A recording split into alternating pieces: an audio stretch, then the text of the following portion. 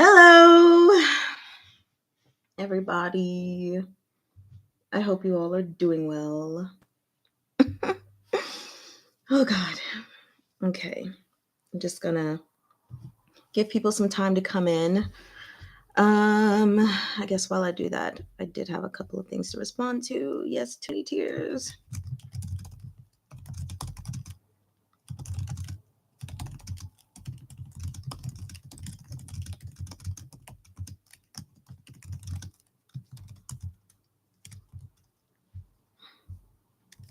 Okay.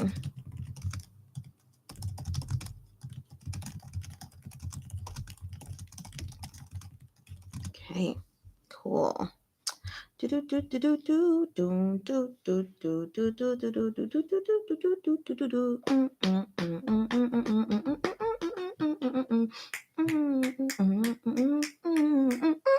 Oh wait, I didn't check the sound while I'm over here making a bunch of noise.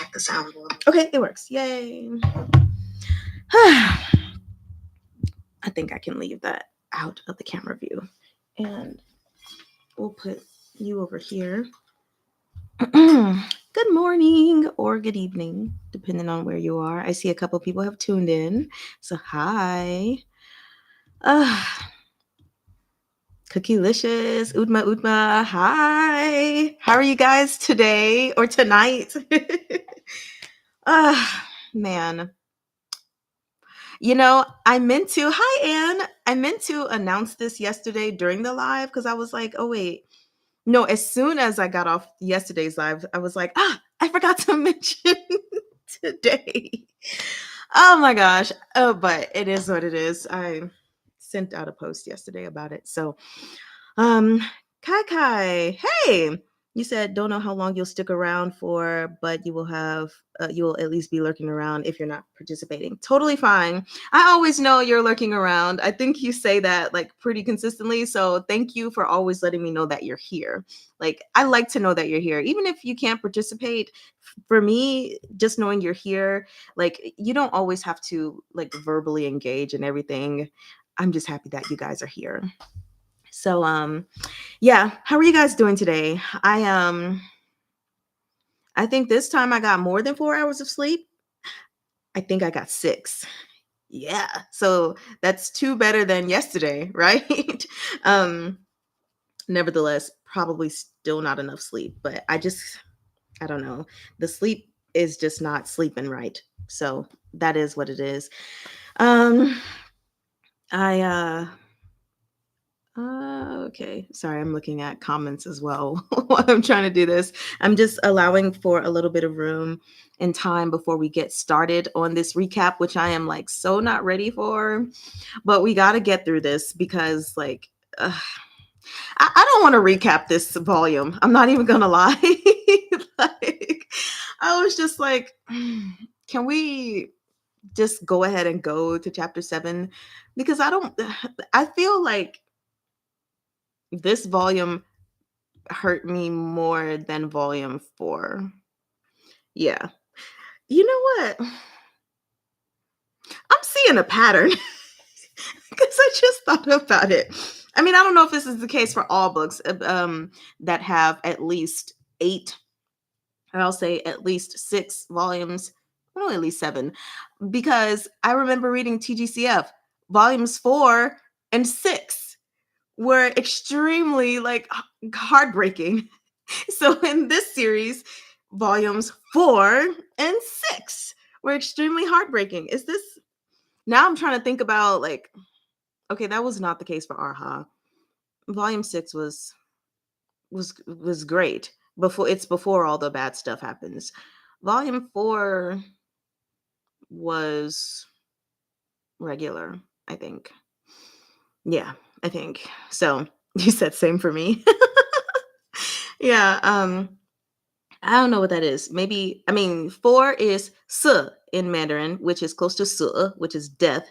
So it's possible that sometimes authors are like, I'm going to make the 4th volume just awful. As far as six, though, I don't know because six is Liu, which is also part of a way to say like awesome or that's so cool or yay, and that's Liu Liu Liu, which is 666, which is funny because in American culture, 666 is a representation of the devil, the beast, all that crap. But somewhere else, it means something completely different. So Liu Liu Liu. Anyway, I don't know what to ramble about before we get started. I'll be honest. Like I was listening to my notes, like just had the thing read it to me to make sure that there was nothing out of place. Um, while I was also still packing and everything. So yeah, I'm just kind of I'm not tired, but I think I'm ready to move on. Like I want to read volume 7, but I'm emotionally exhausted. And so I'm like, let's just go ahead and get this live recap over with. And then we'll have to do volume 7's live recap, which I'm trying to figure out because I also want to do a video on like just like an overall theme for all 7 volumes of why someone should read it or what are my favorite aspects, my least favorite aspects, favorite characters, all that stuff. And I don't want to put that in the same video as the recap, but I might do that. Yeah, I think I might do that. Also, what do we have going on? Hold on 1 second. Okay, so I'm gonna stall for maybe like 4 more minutes.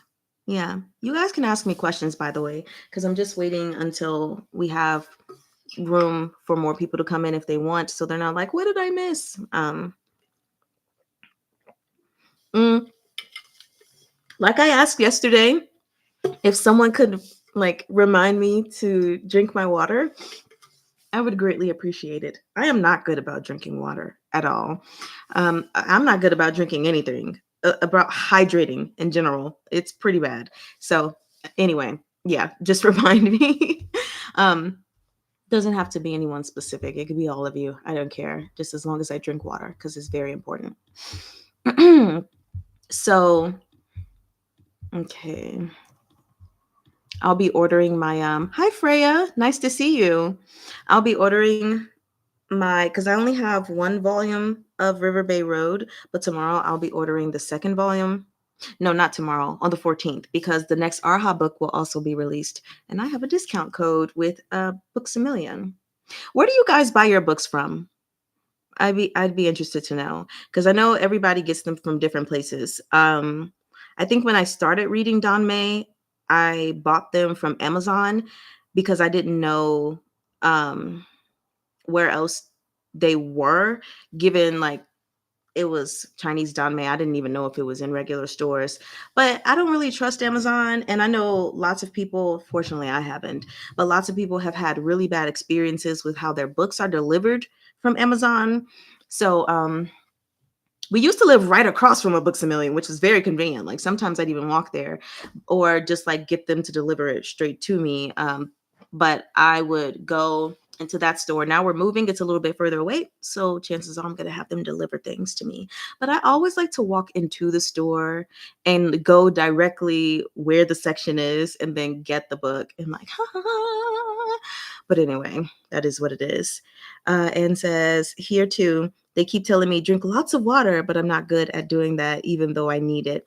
Yeah, like I tell people, it's not like I'm sitting around drinking soda and juice and stuff all day. I just don't hydrate because I'm not thirsty, but I'm trying to get better at it. You said Barnes and Noble and Amazon. Okay, cool. Does Barnes and Noble have a membership where you can get discounts and stuff? Because well, that's not why I chose Books a Million. Barnes and Noble is just a further distance away. So I chose Books a Million, but we get discounts on books. Like most of the time, my purchases are at least 10% off with every purchase. But then there are also times when the books are like 15 or 25% off, which makes me really happy. So anyway, Slowly trying to switch to just Barnes and Noble. Okay, cool. But yeah, do they have memberships? Hi, Rubies. How are you doing? We're just discussing where we get our books from at the current moment, stalling a little bit for time. um, Kake says, yes, it's about $40 a year, I believe, for free shipping and 10% off. Okay, cool. How much is my membership with Books a Million? I think it's $25 a year, free shipping and 10% off. Yeah. So now that I know this, I won't. I guess I was like, maybe, but no, I won't switch to Barnes and Noble. Also, I don't know how much Donmei books cost. And Barnes and Noble. At least sometimes I feel like the prices are different between places, although I don't think they should be. I'm gonna check really quick just to see. Uh Peer Peerless Mangxi sure. But yeah. Okay, no, they're the same price. Scratch what I just said. I mean they should be the same price. You said you order from local bookstores. It's almost impossible to find books in English outside of bestsellers in stores, so you're forced to order online. Oh, that sucks. At least, well, it sucks if you want to go into the store. Um, I would be sad if I didn't have a choice to walk into the store, even though a lot of times now I am just ordering. Um, you choose which store has the books for cheapest. And order from there. The price difference can be almost 10 euros.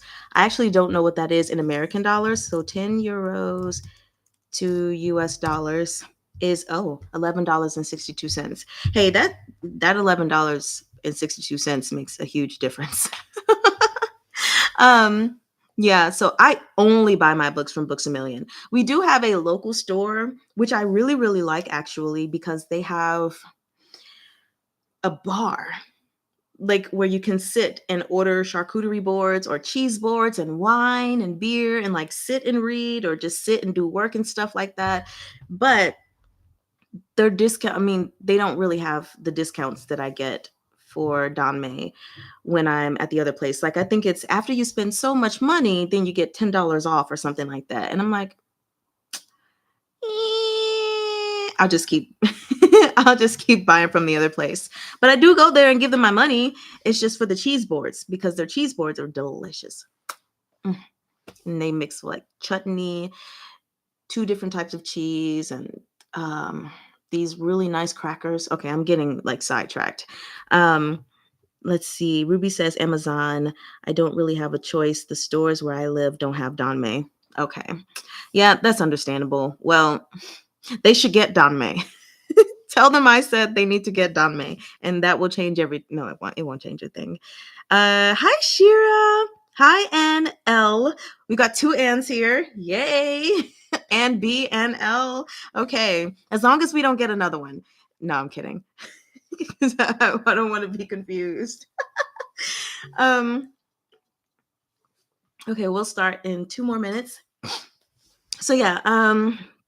Anyway, I wish I could show you guys these stickers that I have that I got from the special edition for Remnants of Filth. For those of you who don't have the special edition, they're like on my laptop right now and I'm looking at them. I'm like, oh, these are so cute.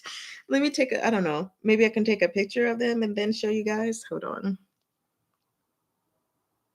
Okay, there's also a crying Shun Chao and a laughing Yan Wu Shi. Okay. So here is uh, there's my Gumang Guga. And there's Shun Chao crying with his Tongman, I believe.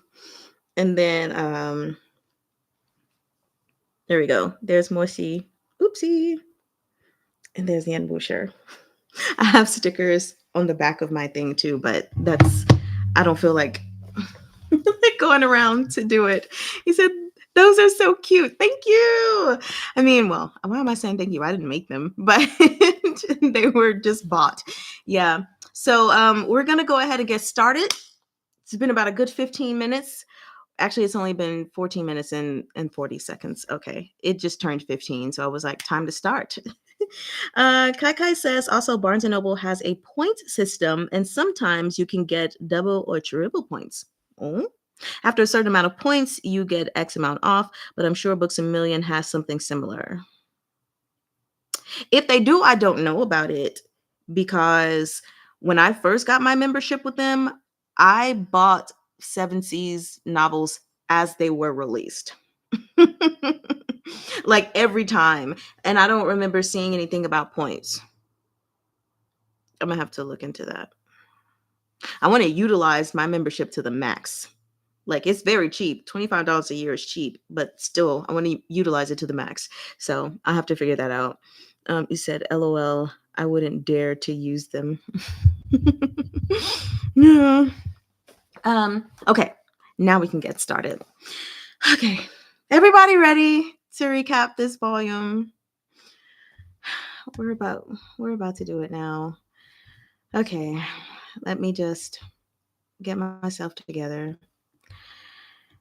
Pull out my notes. I'm so excited for this.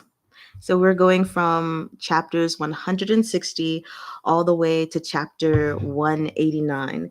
So 29 chapters of extreme happiness and joy and pleasure and all of the great things that we could possibly ask for from Meat Bun. Absolutely love this book. Not ready emotionally, but I will get myself together in a sec. Well, get yourself together. Yes, in 1 second exactly, because we're starting off with chapter 60, The Legend of the Soul Summoner. So starting this book, we have it that like this is actually, let me do the last part of volume 5, which was Morsi damaging himself to keep Gumong's demonic tea from going crazy because the mysterious guy in a black cloak, which is totally the Emperor's MO if we would have just thought about it. I know someone said they thought it was the Emperor in the black cloak, which at that point in time I said it wasn't the Emperor because the Emperor was outside, but that didn't mean it couldn't have been the Emperor's man. Anyway, he broke Gumong mentally by telling him about the vow of calamity. Okay, so Morsi risked his life to stop him from going berserk. Now we can go into chapter 160, The Legend of the Soul Summoner. So word spread throughout the empire that Morsi had risked everything to save Gumong, which led to new rumors and whispers among the officials and the soldiers and even like the people. And of course, people were speculating already that they had a romantic relationship, but now this was even more so like, okay, yeah, they gotta be intimate with each other. But the people also started speculating that Morsi himself may be a traitor and that he and Gumong were trying to link up so that they can rule over the entire empire or something crazy. And it just showed like how little everyone understood about the true danger of Gumong going berserk. Like if Gumong had fully lost control, there's no telling what would have happened to the empire. How many people would have been hurt and killed from him losing control like that? So it's just like, okay, you guys can spread your rumors and whatever it is that you want, but you're really just, y'all are ignorant, is all I'm gonna say. Y'all are very ignorant. So then, of course, after all of this, Gumong's state, his mental state, is now even worse off than when he was initially handed over by the Liao Kingdom, and his humanity completely gone. So Princess Mengsa reveals that the experimentation and tempering on Gumong by the Liao Kingdom wasn't really like solid. So it was more than likely their very first attempt at doing something like this, which explains why they eventually sent him back to Chonghua, because he was both a failed attempt, but also a ticking time bomb. So they were like, well, we don't know how to deal with this. So just in case this bomb explodes, let's send it over there, right? I mean, that's a great idea. I would do that if I were a part of the Liao Kingdom. So then Morsi becomes determined to find this man that Princess Mengsa told him about, who has the ability to summon souls, someone who might be able to restore Gumong's fragmented mind. You know, we really need those two souls back because Jiang Fuli already said the only way he can be fully mentally restored is to have those two souls. Like there's just nothing. So unfortunately, though, this legend of this soul summoner may literally just for real be a legend. He's got like, you have to be nearly supernatural, and his existence is just kind of like possibly just a myth. Nevertheless, we already know. We'd rather Morsi at least go and look and see rather than wait behind and be like, okay, well, since it's just a legend, we'll leave it alone. So anyway, the method or the technique that this guy practices is similar to the rebirth technique. So it's essentially like a miracle art to call back what has been spiritually lost. And Princess Mungza is kind of like, I don't really think you should do this. But I love this moment because Moshi explains to Princess Mungza why he has to go.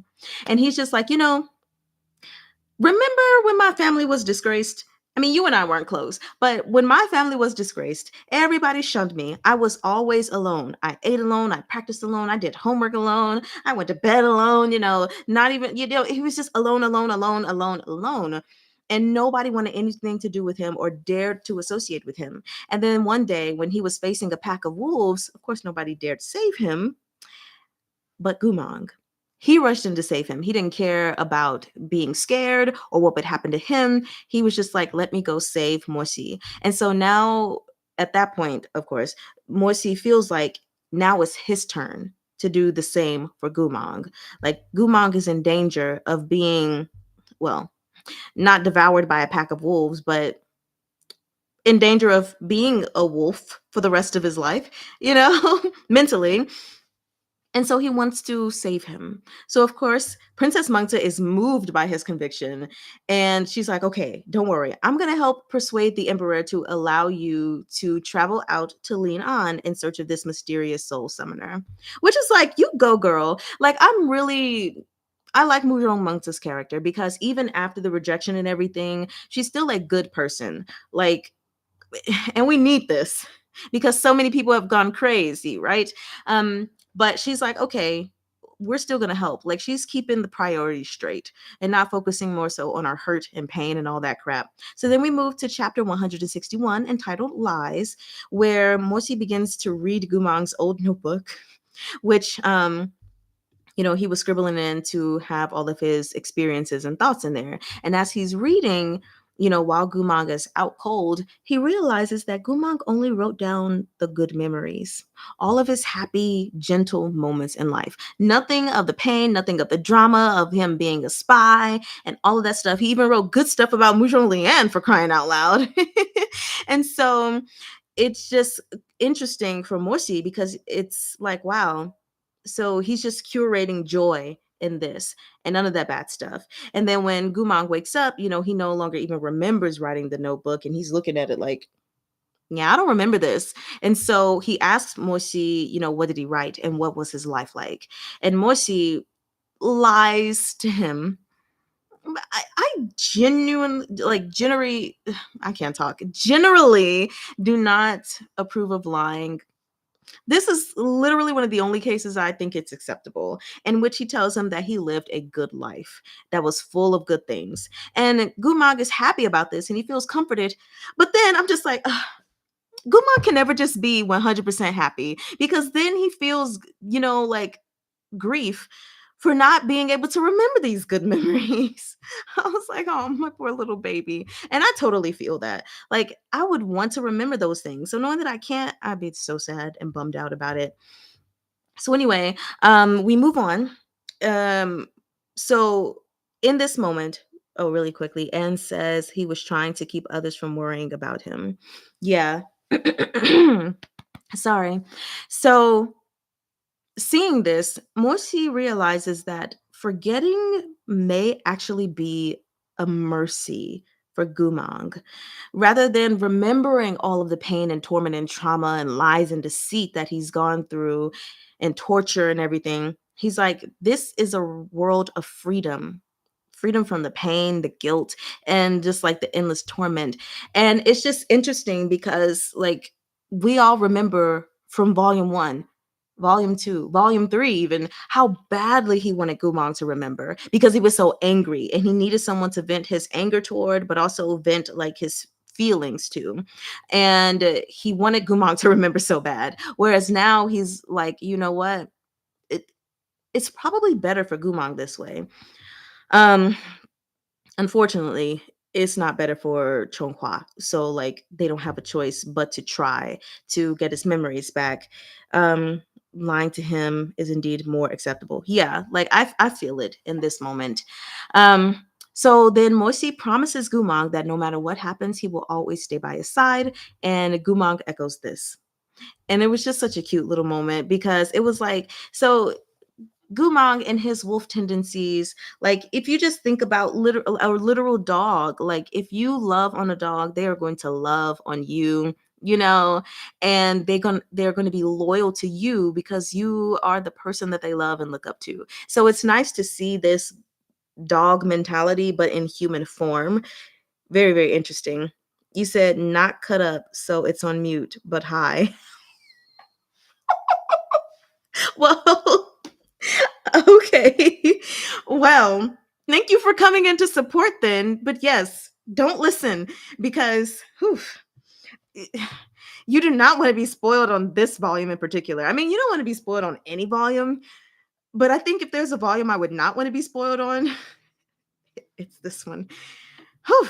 Okay. Anyway, so even though the emperor is reluctant, he grants Morsi 1 month exactly to find and restore Gumang's lost souls. He first suggests to Morsi to go to Zhou He, or no, wait for Zhou He to create a solution. But Morsi is like, no, I need to go find this soul. Like, just let me go do this. And so the emperor's like, okay, okay, okay. But he kind of fears that any delay might invite chaos or another war. So of course he, like I said, only limits him to 1 month. And he's like, regardless of the outcome, after 1 month, you better come back because like you're literally our greatest fighter, our greatest general, our greatest warrior. Please come back. Okay. Yeah. So he also instructs Mosi to find Yue Juntian while he's out in Linan to ask him to help refine the tool Zhou He requested faster. um, just move, expedite. So then before dismissing him, the emperor speaks openly about the rumors that are circulating around and everything. And he's just like, there have been whispers that you and Gumong are conspiring together. And he tells Morsi specifically, the speculation of others is more powerful than truth. And that is a very potent statement because that's very true. Like, even to this in real life, to this very day, people's speculation is much more important than the truth. And I've realized that about many things, especially in recent events that I won't go into detail on because I'm not trying to start a debate or a war on things that are irrelevant. But it's just interesting to see some people will say, like, this person did this. Or no, they'll say, this person said this, and I have the receipts to back it up. And then, like, it just spreads throughout the whole country. And now all of these people are like, I don't like this person and I don't like that person. And then you go back and you watch the videos and listen to what people are actually saying. And it's like, where did you guys said he said A, but all I hear is B. Where are we getting this from? So speculation is much more important than the truth. But of course, the emperor is like, he doesn't believe the rumors. And not only that, he's like, I also heard that rumor about you and Gumong, is it the truth? Which he said he was going to ask, but then he ends up asking anyway. And Mosi is like, I thought you said you were going to ask. And at the end of the day, what the emperor understands is it doesn't matter what kind of relationship he and Gumong has. He's putting Gumong above everything and all else, basically. So then moving to chapter 162, Fiefdom of Lean On. This is where we're getting closer and closer to tragedy. So Moshi and Gumong travel by boat to Linan in search of the soul summoner. And they have this beautiful boat maiden who's very cheerful and talkative. And she shares a lot of trivial gossip, but also reveals that Yue Juntian once traveled with her in the past. But he disguised himself and flirted with a lot of young women. And I think it was her dad or her grandpa or whoever was really glad that she was so young because she was too young for Yue Juntian so he didn't flirt with her and try to take her away, which is just so disgusting. But okay, like, not you're going out and disguising yourself. That's okay.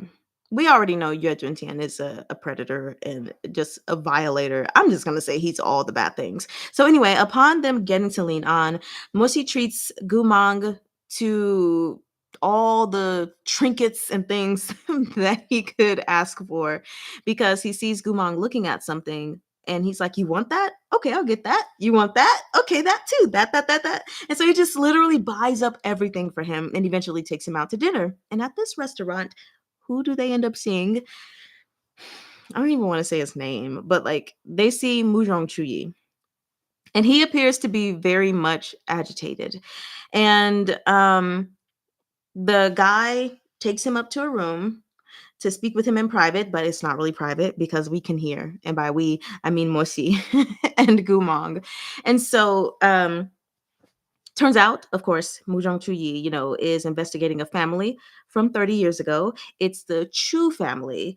And of course, at this time, we just assume, at least I assumed, it was Gumong's family because of Miss Chu, which, I mean, it was his family. But anyway, so the restaurant owner recognizes Mujong Chuyi, because he saw his face. And so he goes ahead and recounts the tragic history. So, when this man was poor, a very kind Chu family once fed him, essentially, and they kept feeding him. And in exchange, he would do odd jobs for them, essentially. And the owner of this little restaurant, also had two daughters. And these two daughters were so freaking beautiful that everybody wanted to marry them, all the nobles and everybody. But the father didn't want to marry them off to anyone. He wanted the daughters to be able to choose who they wanted to be with, which is so respectable in this time period, right? But eventually, a lot of these nobles turned to greed and just like their own lustful desires, and violence followed. The restaurant was burned eventually, the daughters were kidnapped, and the father was found decapitated. And the baby boy, the baby brother was found in a stack of hay. Because why can't we just accept no for an answer? You know? And the young son, at the time a baby, was rescued by the current restaurant owner who's recounting the story. And he basically was teaching him his ways of how he was, doing things on the boat and the selling and all that stuff. That particular detail I don't remember.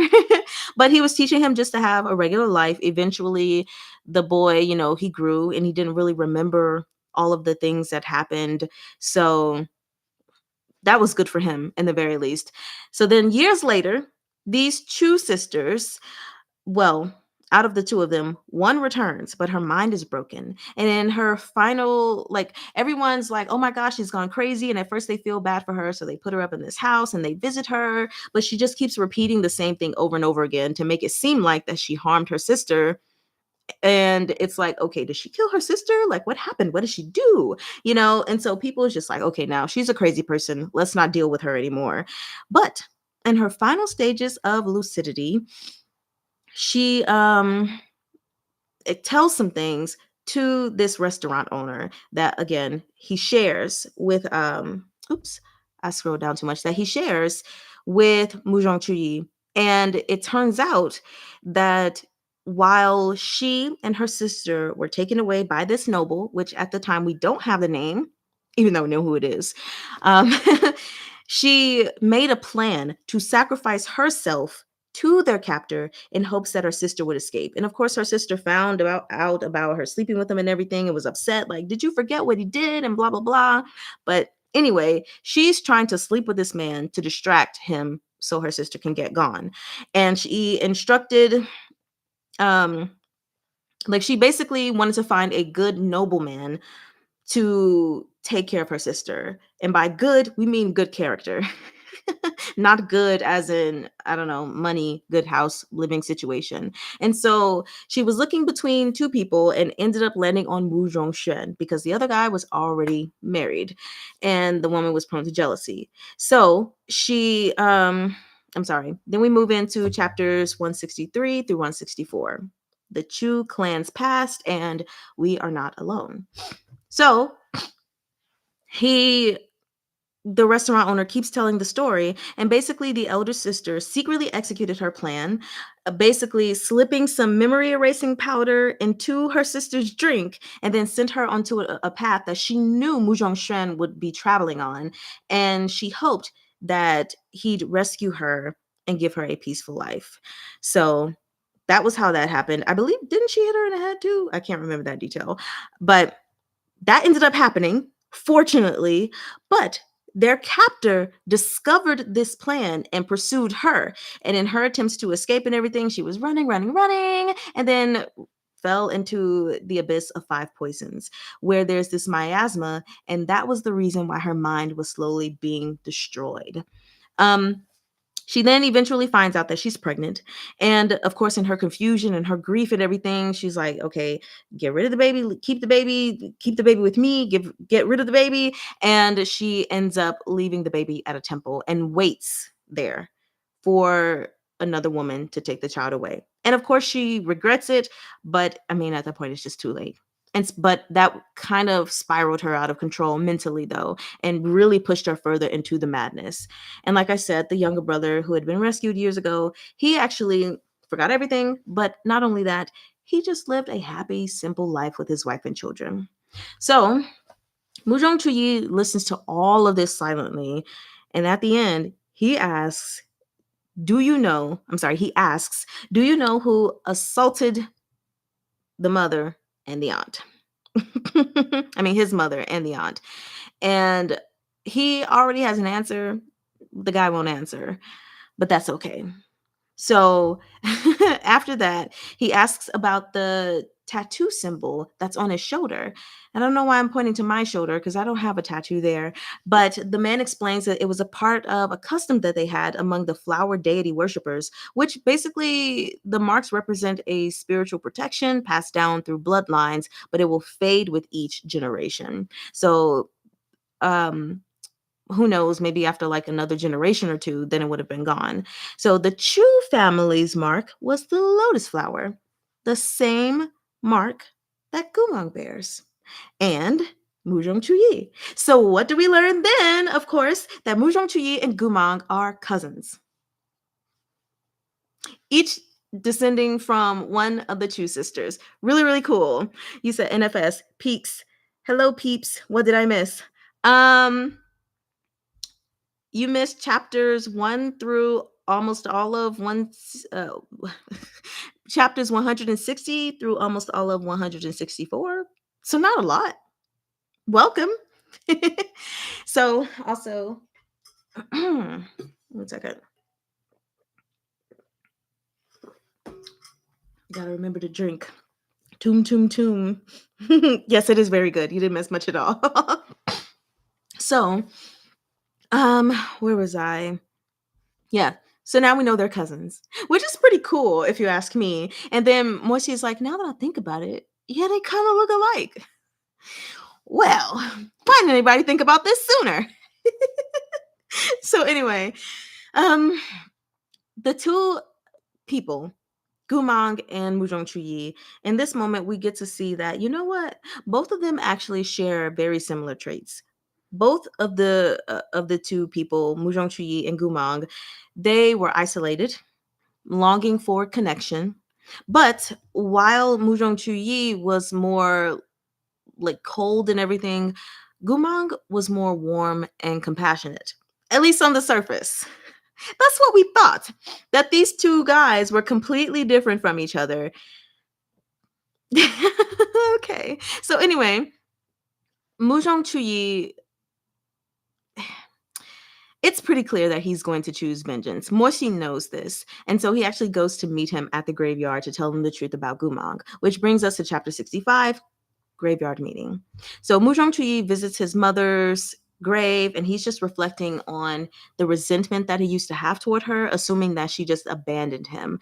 But now, after learning the truth of her suffering, he understands her pain, her emotions tangled with grief, regret, and love, and, also the miasma that consumed her mind. So it is what it is. And Morsi arrives, and of course, Mu Zhongchuyi assumes that Morsi is there to stop him from taking revenge on Yue Juntian, because that is the man who stole the sisters, stole, who kidnapped the sisters and violated them. And so he attacks Morsi, and Morsi just easily blocks it. And then he's like, hey, I'm not on the side of Yue Juntian. Just hear me out, okay? So he's like, if you act rashly, not only are you hurting Yue Chengqing and Yang Yexue, but Yue Chengqing, who's innocent in all of this, you will also destroy your own life. You're going to be imprisoned, and then you're going to be executed if you do this. You should let His Majesty handle it. And of course, Mu Zhongchuyi is like, I don't care about Yue Chengqing, and the emperor is not even going to properly punish Yue Juntian. He's just going to give him a slap on the wrist, and that's going to be it. So I've got to take my vengeance on this man, which I totally understand. Totally understand. But then Morsi is like, hey, but guess what? You're not alone. You actually do have family out there, and it's Gumang. And so he's telling him about the lotus mark that's on his shoulder as well to prove the blood relation. And I love that Morsi tells him he needs you. He's been lonely too. And it's also in this moment where he's explaining, like, he has me, but there's something that you can give him that I can't. Like, you are a family member. I am, well, with the way his mind is right now, his owner, you know, lover, but like, Gumang is not in that state of having everything together mentally. But even when he does, he's still going to need family. And I think I talked about that in a video, so I don't want to like beat the dead horse or say it all over again. But it was just nice for Moisi to have such social awareness, thinking outside of himself and like, okay, no, Gumang actually needs you, bro. So please, okay, yeah. So he also assures Mu Zhongchui that Gumang is not a traitor. Of course, he can't give all the details at that current moment, but he's like, his mental state is fragile, okay? He really needs you to meet him. And so Mu Zhongchui agrees, and he's saying he'll meet him the day after tomorrow because they're offering sacrifices at the Huintian cave. Um, so he also promises not to act against Yue Juntian in the meantime. And we'll get more details on the Huintian cave as we go forward. So we have Gumang's anticipation. So when he hears that he'll finally get to meet his cousin, he's thrilled beyond words. So thrilled that he even insists on getting new clothes. And Moshi indulges him and buys him fine white robes. Now, I didn't think anything about this at the moment because Gumang has been wearing white throughout the entire series, which is also very telling, but not really at the same time. But also, yes, really. But someone mentioned it in the comments, and I think it was Ritu who mentioned it, to said, uh what did they say? Gumang was wearing his white mourning robes, Mourning, for Muzhongchi. So yes, for those of you who don't know, in China, their customary colors for mourning someone's death is white, compared to like America, we wear black, which I absolutely hate. I don't like wearing black to funerals. That's just me personally. It's already like sad. The person's gone. Do I have to dress sad too? I digress. So yes, he got his new fine white billowing sleeve robes to meet his cousin, or in this case, they also said Guga. So anyway, Gumang tries on these clothes and he feels very awkward and unfamiliar to it. He's even used to, in the past, having worn close fitting clothing, for hand to hand combat. And Morsi is just like, oh, you just wear more and you'll get used to it. You'll be fine. And so Gumang takes it off though, because he's like, I don't want to get it dirty. And so he puts it in the packaging again. And, he's just like super giddy and super excited. And he's just like a child, like that innocent, pure joy that a child has. And I don't, no, I won't say that, because why does pure and innocent joy have to be related only to children? He just had pure and innocent joy. Okay. So he was so excited he couldn't even sleep. And he was just bombarding Morsi with question after question about Mujong Chuyi, about family life. And then eventually he falls asleep. It was really adorable. And so the next morning, Morsi heads out to ask about the soul summoner. Of course, no one in Leon knows anything, and he's not surprised. So he stops for breakfast. He gets his little munchy munch on, and then he buys food that he knows Gumang will enjoy, which now that I think about it, that food was never brought back. Okay, so anyway, so what did Gumang eat all day? Okay, he overhears the townsfolk talking about Yue Juntian and the Huntian cave, and then eventually this highly suspicious at the moment to me, out of towner asks unusually detailed questions, which made me immediately suspicious of this person. So really quickly, you said you like China's white clothes instead of black. I hate black at that occasion too, out of context. Sorry. Yeah, like I agree with wearing white or just any, well, I won't say any color that's bright, but I like wearing white compared to black at a funeral.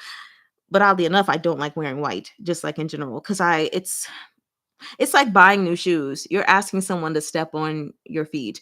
To me, wearing white is the equivalent of asking someone to spill their drink on you. So, but I would rather wear white than wear black. So NFS says watching Gumang be all happy and sweet while sensing pending doom was so anxiety inducing. Yeah, because Gumang doesn't get to be happy. He said out of timer, out of towner.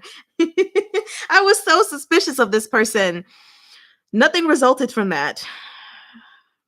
I mean, we still have one book left, but probably not. Probably nothing's gonna happen with this, right? So anyway, then we get to information about Huentian Cave.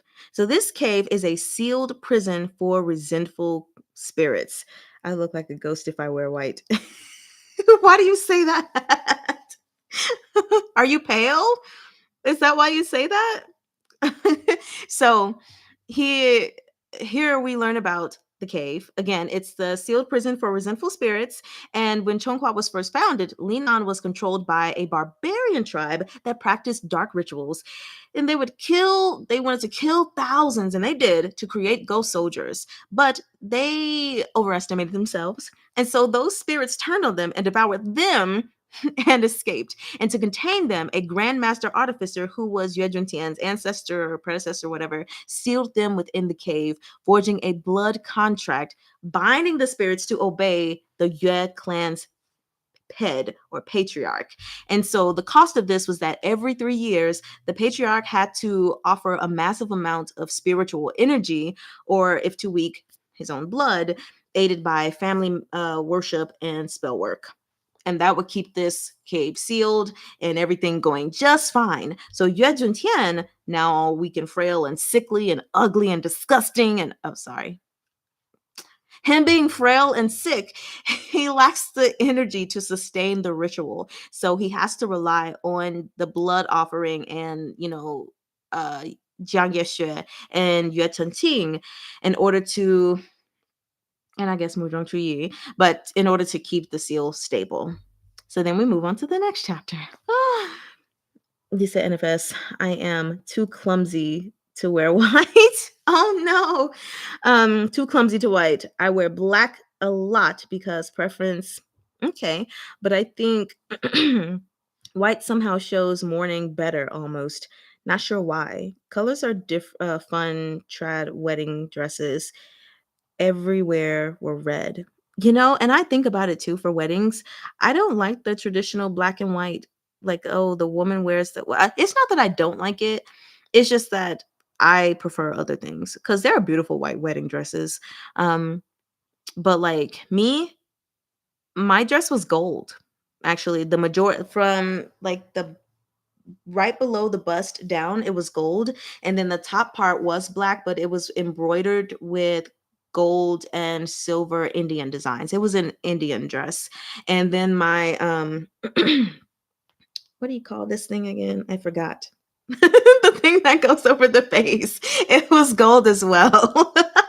And my shoes, my heels were also gold. So like I didn't want to just be standard white dress. And my husband, he and all his men, they had golden vests, which were really, really nice. So yeah, you said, ooh, fancy.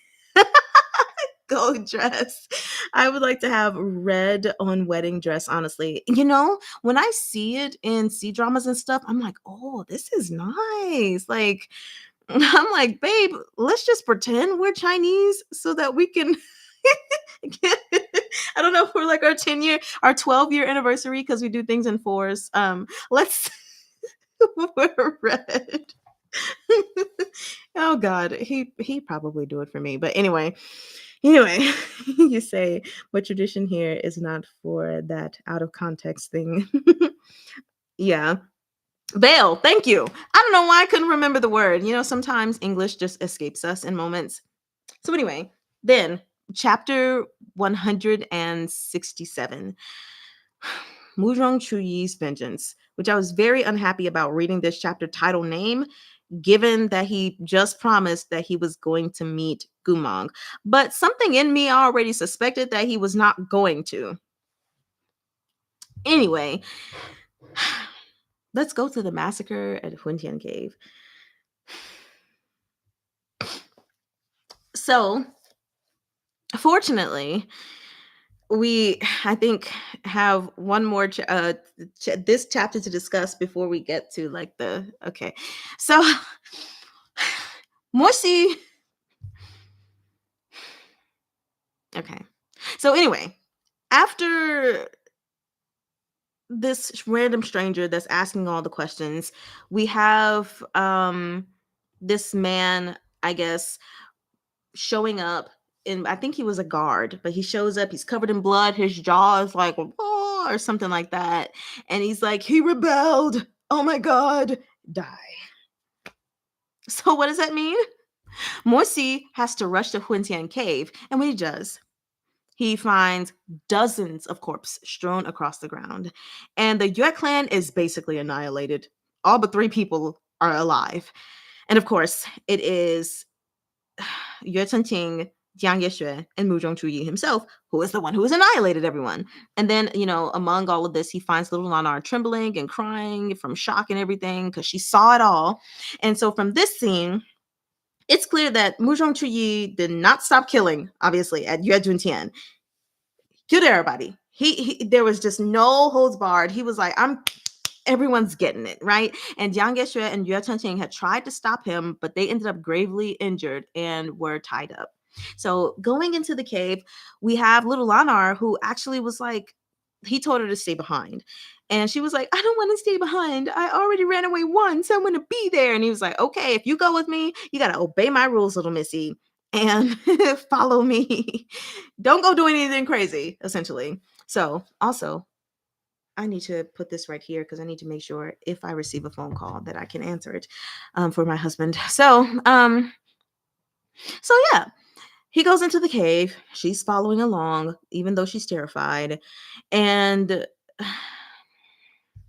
inside, it's just like the air is thick with death, right? More corpses are being found. And the spiritual energy is actually heavy with resentment and despair. And to protect Lanar from emotional collapse, because the girl was just like, oh my God, Moshi places a spirit soothing spell on her to dull her fear and her grief and just like shock and everything. So then we get inside. You said, let's go through the massacre. Lanar! Yeah, I feel so bad for this little girl. So inside, all the way inside of the cave, we have Yue Ting and Jiang Yexue tied up. He hasn't made his presence known just yet, but both of them are bleeding and seemingly like barely conscious or out of Yue Ting, out of his mind with shock and disbelief and everything. And so Jiang Yexue is desperately trying to reason with Mu Zhongchuyi, begging him to stop. And he can't understand why Mu Zhongchuyi would kill everyone in the clan instead of just Yue Juntian, the man directly responsible for the family's suffering. And Mu Zhongchuyi opens his mouth like he's about to respond, but he closes his mouth. And I remember commenting on that. I was like, that was weird. Such a small thing, but I was like, that was weird. Why didn't he respond? Because he did it before as well, and so I felt like there was something wrong, that was like his mind wasn't there and he wasn't capable of responding, which, you know, we find things out. So anyway, Yue Zhentian, I mean, sorry, not Yue Zhentian, Jiang Yeshui offers his own life. He's pleading for Mu Zhongqi to spare Yue Chenqing, who has always adored and respected his older, his uncle. Basically, he treated him like he was his older brother, how a lot of younger siblings look up to their older siblings. So he reminded Mu Zhongqi of Yue Chenqing's kindness and Mu Zhonghuang's goodwill toward him, and he's just trying to awaken whatever compassion that remains in Mu Zhongqi, right? And it's not working. Like, nothing is working at all. His rage and his hatred is just absolute, and so he raises his sword, ready to strike toward him, completely consumed by the vengeance. And while Mosi is watching this, he realized that this isn't just vengeance, it's madness. And suspects that something went wrong during the blood sacrifice ritual in the cave. Now, at the time that we were reading it, I thought that it was possible that somehow something, yes, did go wrong, and the resentful spirits sealed in Huntian Cave, some of them may have entered or influenced Mu Zhongqi or possessed him and amplified his hatred, and that's what made him go crazy. That was what I thought. That would be better than the truth. Anyway, let's go to chapter 168, the head of the Yue clan. So, with Jiang Yeshui about to die, Moshi intervenes just as he's about to, shing. So he stops Mu Zhongqi's holy weapon, Zhao Xue. And the battle breaks out between the two of them, and Moxi quickly erected a barrier to protect Jiang Yeshui, Yue Tenqing, and Lanar. And during the chaos, Yue Tenqing finally called Jiang Yeshui Ge, which means big brother. In the past, he was more formal and called him Jiang Dage, at least when their relationship finally got better. So this was a moment that showed his true, genuine affection and reconciliation with this bastard. Ugh. And it even said that Jiang Yeshui was stunned and like, oh, like, did he just call me good? Okay. And Freya says, I thought he had planned to kill the head of the Yue clan despite what he said to Moshi. That is what I thought. I thought he planned to kill Yue Juntian, and then that was it. But then the whole massacre thing happened, and so then I was like, okay, there's no way he's in his right mind. Something must have went wrong with the sacrifice to the resentful spirits. So anyway, Moxi and Jiang Yeshui both tried to reason with Mu Zhongqi. Of course, Jiang Yeshui gave his shot first. That was Moxi's turn, but again, Mu Zhongqi refused to respond. He just fought. And something about his state of mind, or just like his whole state, seemed unnatural to Moxi. And I'm like, come on, Moxi, you got this, man. Figure it out. So Jiang Yeshui managed to escape or get some distance away with Lanar and Yue Chanting. And of course, they see the blood pool, and he says out loud that he wished he could command the ghost soldiers to help, but he couldn't because he wasn't the heir. Yue Chanting was. And hearing this, Yue Chenqing, who neglected his cultivation in favor of leisure and pleasure and having fun, now he regretted not doing more studying and being more dedicated to cultivation. And then, of course, Lanar begins to lose control of her emotions, nearly going berserk amid the intense spiritual energy and the fighting and everything. So Jiang Yeshui gives her another soothing pill or whatever, spell, but it barely does anything because he's weakened, as the book said, from what happened. So, despite lacking the necessary power, Yue Chengqing still decides that he is going to summon the ghost soldiers from the blood pool to stop Mu Zhongqi. And Mu Zhongqi, seeing this, summons his bamboo warriors to counter that. Yue Chengqing also remembered his father teaching him that artificers, their spells don't normally require strong spiritual energy, except for this one, which harmed the caster as much as it harmed the enemy if you weren't strong enough to do it. So he cast this spell, and he just, recalls as a child how he didn't like to train because, as he said, his fourth uncle would always be the first one to protect him, which is saying something pretty big because he said that to his own father. You would think he would say, well, nothing's going to happen to me because I know you will be the first one to protect me, and then my fourth uncle will also be there. No, he said fourth uncle will be the first one to protect me. Oh my god.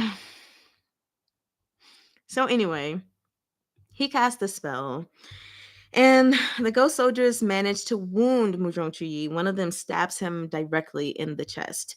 And Muzhong Chuyi looks at the blade, then he looks at Moshi, and confusion is in his eyes. And he's like, I didn't. And then he collapses. Moshi immediately was like, okay, yeah, for sure, something's wrong. So Anbi says, I still believe that he wanted to keep his promise for Gumog more than anyone else, but then shit happened. Absolutely. Yeah. Like there was a part of me, I was like, okay, either he is going to keep his promise and go see Gumong and then exact his revenge, or he's going to exact his revenge and then try to run and see Gumong, although that didn't make sense. So I really thought he was going to keep his promise to see his family first. But then when I read the chapter title, I was like, okay, yeah, so he's just going to do that. Okay, he's just going to kill Yue Zhentian. Oh, nope, he's killing everybody. Okay, that's fine. You said that shows how much he trusted his fourth uncle with his life. Yeah, he trusted him so much. He even put that trust was above his father. Like, come on. The first person, if you're a child, the first person a child would normally say is going to protect them first and foremost is going to be their parents, mother or father, or both, you know? So it just, so anyway, we get to chapter 169, Jiang Yeshua's scheme. And y'all already know since day one, since volume 1, I have mistrusted Jiang Yeshua. So when I saw this title, I was like, I was right. Tango razón. Oh my gosh, I flipped my lid because I wanted to be right so bad because I had this suspicion the whole time. And I'm like, please don't let me be wrong. Now I really wish that I was wrong. I really wish that I was wrong. Meat bun. So let's go through a little bit of history. After the battle ends, Jiang Yeshue praised Yue Changqing, telling him that he had done well, right? He was like, it's over now. You did well. NB said, me too, since the very first second. Yep. I'm telling you, I suspected him right away. I was like, I clocked you from the beginning, sir. I couldn't stop you because I'm just a reader. But know that if I were in the book, if I transmigrated from volume 1, your days would have been numbered. So, anyway, Lanar offers a life-saving pill to help Muzhong Chuyi. She says she got it from her dad, and she offers it just in case Yue Chengqing wants to ask him questions. So Moxie volunteered to administer it himself, and the book said that he turned his back from everyone and then fed the pill. Also, I need to drink from Twin Tian.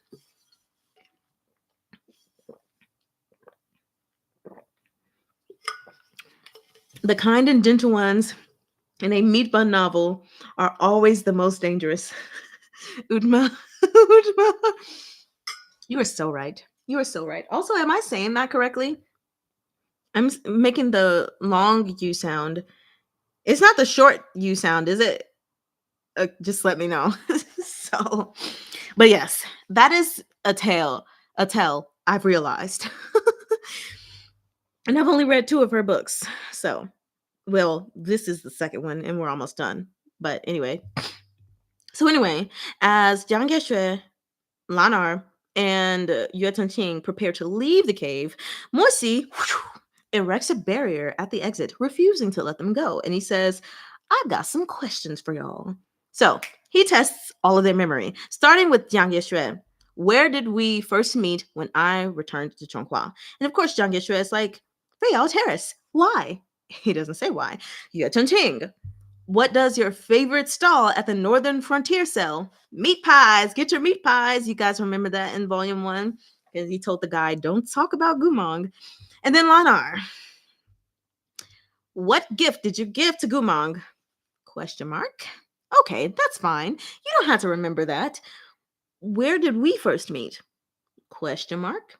Because Lanar could not answer any of the questions. She failed the test. So what does he do? To her. To poor little girl. And he's like, who are you? He wants to probe her spiritually to confirm his suspicion. He doesn't get to do that of like not everything, but so he's like, that life-saving pill you gave to me, I know it wasn't the genuine article. I secretly swapped it for another medicine. So he looks at the pill that she gave and he discovers a goo worm embedded within it, and it was going to be used for mind control. Dun, dun, dun. So when he probes her a little further, he finds out that her spiritual core has shriveled and she is nothing more than a puppet. And so as he's about to he withdraws, but it's too late. Demonic tea is already spreading up in his hand. And it was specifically the Liao Kingdom's rigor mortis herb. You said we all have trust issues, but Meat Bun always proves them right. Meat Bun seems like she was hurt at some point bad by fake kindness. I hope this isn't going to be the same case in Bab. So, like, can we have a genuinely kind character that's like just overly sweet and just stay that way? Please. So don't let them turn out to be some kind of crazed monster in the future. Honestly, I just picked it randomly. Even I don't know. Okay. Then I'll call you Udma Udma because I think it sounds cooler than Utma Utma. So I hope that's okay with you. The quiet ones are the most dangerous. LOL. You are right, Anne. They are. So then we move on to Jiang Yeshui's betrayal. I'm gonna have a hard time getting through these notes with y'all, honestly. So we have Lanar talking, and it's not her voice at first. It's just like, you are you said I's the princess. I'm gonna believe that the princess is, yeah, she's cool. She's good. So there's no surprise up there. Don't do that. At that point, I would be like, Meat Bun, this is overkill. Okay. So anyway, Lanar's talking, obviously not with her voice, and then she stops, and the voice is sounding, a menacing voice is sounding from behind Morsi. And who is it? Jiang Yeshui. And he admitted that at first, he only wanted Morsi to be a witness to the Yue clan's massacre. But since Morsi just had to discover the truth, well, you can't tell others anything if you're dead. You know, what was it from Pretty Little Liars? Yeah, got a secret, can you keep it? Swear this one you'll save. Where he said, better lock it in your pocket, taking this one to the grave. If I show you, then I know you won't tell what I said. Yes, because two can keep a secret if one of them is dead, which of course he was going to kill everybody else. So Yue Chengqing included. You said you love that song. That was like one of my favorite theme songs from a show. I'm not even gonna lie, because I'm like, hey, that show was also very annoying, but I watched it all the way to the end. But whew, it sent me lots of twists and turns. I probably couldn't watch it now. I'd be way too annoyed as an older, more mature adult. But back in the day when I watched it with my birth mother, oh yeah, that was the stuff. So, kindness allowed only if eternal suffering. Meat Bun, probably. This is a direct quote. Yes. You said that song is iconic. Yes, it is. So, anyway, then after, he's like, I gotta kill you now. What does Jiang Yeshui do next that I said literally moments before that he would do? He gets out of his wheelchair and he walks. The man stands up and he walks. His legs had long since been healed. And as he was like, "Oh, I just forgot to tell you about it." No, you mean you deliberately decided not to tell anyone about it? And he had used Lanar's powerful spiritual cord to restore his own legs. And then he confesses that he didn't even like children in the first place, especially whiny little ones like Lanar. He only took her for her core, claiming, he was like, I mean, the academy was going to take it from her anyway with her last emotional outburst. So, I just took it for myself. Like, whatever, it's cool. And so Morsi is obviously too weakened by the demonic poison that has paralyzed his body, so he can't do anything. And, Jiang Yeshui struck both him and Yue Chengqing down. They can't do jack at the moment. I'm sure people thought Yeshua is Jesus or something. It's like, did Jesus appear in this novel? Did a miracle happen? Oh my gosh. Anyway, so then we move on to chapter 170, standing up randomly. First meeting in white robes on a snowy night. We're going into the past. But before we do that, we have Jiang Geshue's mockery and manipulation, which was just so upsetting. So, of course, we have Jiang Yeshue, who decides that he is going to mock Yue Chengqing, calling him stupid for being so easily deceived, which I don't think is fair because everybody was deceived by you. So it's not fair to call him stupid. But he also, of course, accuses, I won't even say accuses, he states fact that Yue Chengqing was lazy and selfish, only wanting a life of leisure, which essentially put him in this state of weakness. He wasn't more discerning or diligent in his studies. And that was his weakness. So he ended up being hurt and also ended up hurting his very own uncle that he should have trusted, the one that protected him, as Jiang Yeshui was saying. And so Yue Chengqing, though he is furious, he feels like this sting of guilt because he knows that Jiang Yeshui's words have a lot of truth. He had been complacent. That was just it. So the thing about this, though, is like, I feel really bad for Yue Chengqing because yes, it's true that he wasn't diligent in his studies, but at the end of the day, like, there's nothing wrong with that. There's nothing wrong with wanting to live a life of leisure. And it would have been nice if he could have that, because it's like there are many different paths that people can take. Of course, we have it, in these ancient times, although I know it still exists in the world today. You take over your parents' company or whatever they're doing. So that responsibility was put onto him, but he doesn't have to live out the way that was declared for him to live, that was destined for him. So there was nothing wrong with him wanting to live that way, but I definitely understand that his guilt that festered up, and knowing that because he was so lackadaisy in this moment when it was necessary.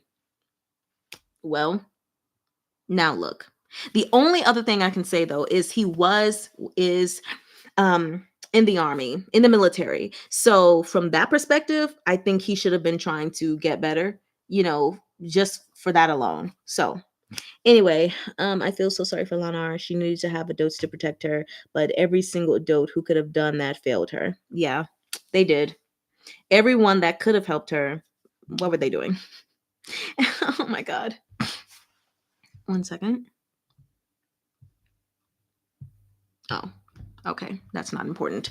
So then we are going to move on to this like verbal clash, which kind of sets Jiang Yeshua off for a minute. So Yue Chengqing like lashes out verbally at Jiang Yeshua, calling his heart full of filth. And that is darker and dirtier than anyone could have imagined. And this accusation enrages Jiang Yeshua, in which he shouts, like, if it weren't for me, you would already be dead. And your life came at the expense of another's. So we move on to the flashback 23 years ago. Jiang Yeshue's mother, Xie Lan Yi, was once a concubine of the Yue household, refusing to accept her lower status, which would be beneath Mu Zhonghuang, Yue Chengqing's mother. She pushed her son to excel in artificing and even arranged for Song Xianxiang to teach him, hoping that he would earn Yue Juntian's favor. And though outwardly polite, she carried a deep resentment toward Mu Zhonghuang and instilled her ambition into Jiang Yexue. Like she constantly reminded him, specifically word for word, we must struggle, we must fight, we must conquer. um because she really wanted to change their fate, and she put the weight of her own insecurities and desires onto her child, which is what a lot of parents do to their children nowadays. It's one of those things that I absolutely cannot stand about older generation parents. Um and I mean essentially like parents of millennials and older, because a lot of times, like she said to Jiang Yexue, like, you don't know suffering, you don't know pain. And to me, it's always like, why do our parents want us to know suffering and pain? Like, I get it, we can learn from those experiences, but why do we have to talk to our children like the only way they are going to live a successful life is if they go through traumatic experiences, that are just so heartbreaking, that build this like solid core? Like, not everyone has to live a life like that. Not everyone does live a life like that. There are people who genuinely live a good life their whole lives, and they come across troubles because people come across troubles, but they don't have to endure a life of suffering. Like, I just don't get that mentality, and it really irks the hell out of me, when parents are like that, especially when you present a different perspective, which Jiang Yexue did. He wanted to do things in kindness when he was younger. But when you present these new things to your parents, they're like, "Oh, you're not listening to me. You're being haughty and arrogant. You're so young and you don't understand," and blah blah blah blah blah. And it's like, please stop. Please stop. Just because you're older, number one, doesn't mean that you are always wiser or know what's better. But also, shouldn't we want our children to have better than us so we can teach the things that we have endured? But ultimately, the hope is that we will teach our children ways to avoid what we suffered through, but at the end of the day, also allow our children, of course, when they get to a certain age or whatever, to make their own decisions, to make their own mistakes, and to forge their own lives, you know so I'm sorry, let me check out some of these comments. You wish Mosian Gumang adopted Lanar. Wouldn't that be something? Oh, she'd be so loved though. And Fando would be there too. She'd have a pet. A pet. That would be so fun for her. She needs that because the pet is not going to be thinking about her like heart madness or anything. The pet's just going to be like, "Hey, I see you. Let's have fun together. Woo, throw me a ball," or something like that. "Let me lick your face," which I can't stand dogs licking my face.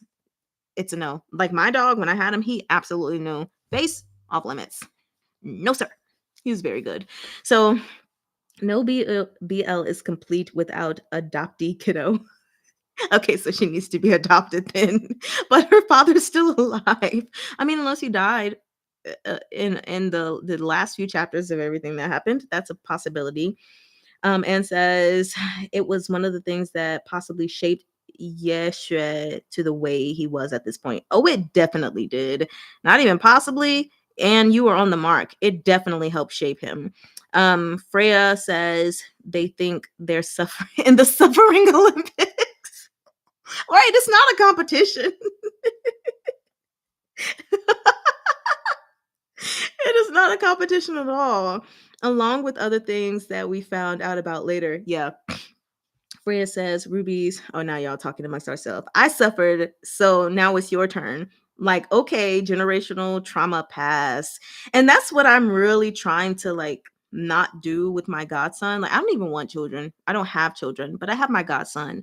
And I don't want to put any of the things that were put onto me onto him. So I focus on the things that I have learned, and I try to pass all of that to him. I'm like, I don't need you to go through generational trauma. Let me cut it off, and like I talk with my sister and everything now, who's 10 years younger than, well, one of my sisters is 10 years younger than me, who also no longer speaks to our mother. And she's like, I want to cut off this generational trauma. Like, it has to stop somewhere, because we can't keep passing this stuff down. Why we gotta keep hurting our own family? Mm. Yeah, they just go overboard. Yes, one of the things I came up with when I was a little, at least that's what my mother said, I don't know, is when I was reading one of her essays for college. I was editing her essay for college actually. Um, I said that she was pooping on her kids, parenting out of paranoia. So yes, you become overprotective, and it's way way too much. So he said her father gave her away. I mean, he did, but at the same time, I think giving her to Jiang Yeshui was a proper choice because he's not like a master of medicine, but I think he had enough understanding that it was possible that, like, okay, maybe he could actually do something for her. Like, I feel like there's more to it than just, oh, he gave her away because he didn't want her anymore. But we probably are not gonna get more on that information, because then, like, he was there later, pleading for his daughter, like, oh my gosh, please give my baby girl help. So he loves his daughter. We just got to figure out the situation, whatever it is, so we can get her to Moshi and Gumang so they can adopt her. So I'm gonna read this last comment, then we'll continue. NFS says, my pet peeve is we gotta traumatize to grow. No. Most people can learn from others' experiences. They don't have to be in pain themselves. Teach them empathy. And that is the key. We can learn from secondhand experience, just like we can inhale, we got the secondhand smoke, okay? Secondhand embarrassment, secondhand, all of that stuff. We don't have to experience these things ourselves. So you don't need to pass on that trauma, right, rubies? So anyway, enough about that. We went on the whole little thing. But then she's like, everything I do is for your sake. And I ain't gonna lie, her saying that completely terrified me. And I actually thought she was going to do something to her own son in order to make him more pitiable to Yue Zhongtian. That was not the case. So, but I definitely thought it was going to be that. So anyway, um, when Mu Zhonghuang finally marries into the family and everything, they have this feast celebrating the official marriage. She's the official wife, and Jiang Yeshui, he can't stand to see his mother in submission of this, right? And so he steps out into the snow. He's like, I don't want to see this; it hurts too much. And for the very first time, he met Mu Zhongchuyi, who was dressed in white robes, falling beneath the snow. So this marks the beginning of their connection. Chapter 171, Youthful Tenderness and Budding Yearning. Early encounters between these two. So when Jiang Yeshui first approached Mu Zhongchuyi treated him with cold indifference. And he was like, do you know who I am? I am your shushu, uncle. So then Jiang Yeshui, however, is totally unfazed because at this point, he's still a kind and good person. And he didn't take it personally. He just admired Mu Zhongchuyi from afar because Mu Zhongchuyi did not want a relationship with him in any kind of way. And he was like, I was taught by Song Xiansheng not to force things, so that's fine. So next, we're going to talk about growing up in isolation in the Yue manor. So after Yue Tenqing was born, we have Jiang Yeshui, this is another thing that pushed him further into the abyss of darkness. After Yue Chenqing was born, Jiang Yeshui began to notice a shift in the household. Of course, he and his mother were being shown less respect, and people were starting to talk about them, talk back to them. Their social standing had diminished greatly, and even his mother's behavior turned bitter and harsh to him.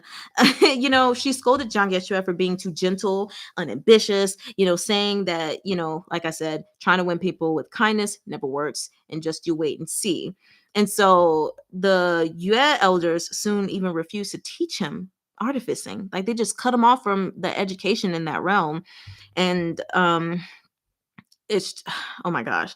Fortunately, he gets a new mentor, or should I say unfortunately, when we really think about it. Mu Zhongchuyi becomes his mentor, if you will, because Mu Zhongchuyi discovered some of his artificing and was like, okay, come to my place. We gonna work on this, basically. And so you have these moments, he offered to teach Jiang Yeshui, recognizing his talent, and they had so many moments together, so many good moments together, where they were both indulging in the same hobby or thing that they liked. I'll put it that way. Passion. But his mom was infuriated by this, and she accused him of betrayal and then also insisted that Muzhong Huang had deliberately placed Muzhong Chuyi in his path so to isolate her, which was very frustrating because that is so something that a chaotic and toxic and narcissistic parent would do. Because all the while, even if she said stuff about Jiang Yexue needing to be the heir of everything, this was all selfish. Everything she wanted was because she couldn't accept her own status as a concubine. And so to make her son feel bad, she goes and says that, he's betraying her and that this whole thing was set up to isolate her when it had nothing to do with her whatsoever. This had to do with her son liking artificing and wanting to continue artificing, and wanting to grow in it. But no one around them was willing to continue teaching him. So he took the opportunity, the only opportunity presented in front of him, which was to learn from Muzhong Chuyi so that he could actually continue to learn and grow. How do we get betrayal and intentionally putting someone there to isolate the mother? Narcissist. Where are we going with this? This has nothing to do with you. Every bitter problem you have is your problem, not your son's, but you're trying to put it on him to make it become his problem.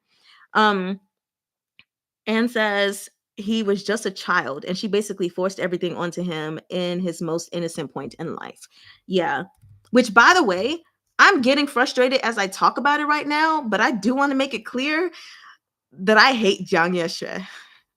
But we're gonna we're gonna be with little Yexue. We're for the moment. Okay. So anyway, her paranoia eventually escalated to the point that she cut off all ties with her son, even throwing him out of her quarters. And I'm not even gonna lie, this hits home for me. Like, okay, maybe as I'm talking about this, I will feel a little bit more sympathy for Jiang Yexue. But at the end of the day, I still don't like him because I remember when something happened between my mother and I, and everything that happened. Did I do something wrong? Yes, I did. But the main fault, I don't want to tell what it is, lied within her. Meanwhile, I was the one from my mother and my stepfather that got the brunt of everything. And he even threatened my life and like was dragging me across the floor like, hey, like, you gotta leave. And if something happens to my wife, if she has to go to jail, then I'm going to like come and kill you. And if you try to run away, I'm gonna come and find you, And so I remember being thrown out and cut off from communication. And I even remembered our most recent things when I didn't do anything wrong, but my mother was like, you did this and you deliberately arranged doing this and this to make my husband look bad, so that I would feel this way. Like the accusations, oh man, it's so parallel. And then she cut off contact from me. Now we don't talk. So I guess when I think about it from a personal perspective, oh man, I feel really bad for Jiang Yexue, little Jiang Yexue, not adult Jiang Yexue. Oh, I can feel the sympathy. Hi, Jasmine. Look, I ain't even gonna lie. Just you popping up into this live reminded me to drink water because yesterday you were like Mari Chan, Tun Tian, and that rhymed. So anyway, he says so many people treat their kids like they're therapy dolls. It's insane. It is. It's very insane, and it's so chaotic, and it's unfortunate that Jiang Yexue had to go through this, and that people in real life go through experiences where their parents are literally, like, verbally, emotionally, and physically harming their kids, and somehow their brains are still telling them, I'm the one that's hurting because you are the one who did wrong by me. And they cannot see what they have done wrong.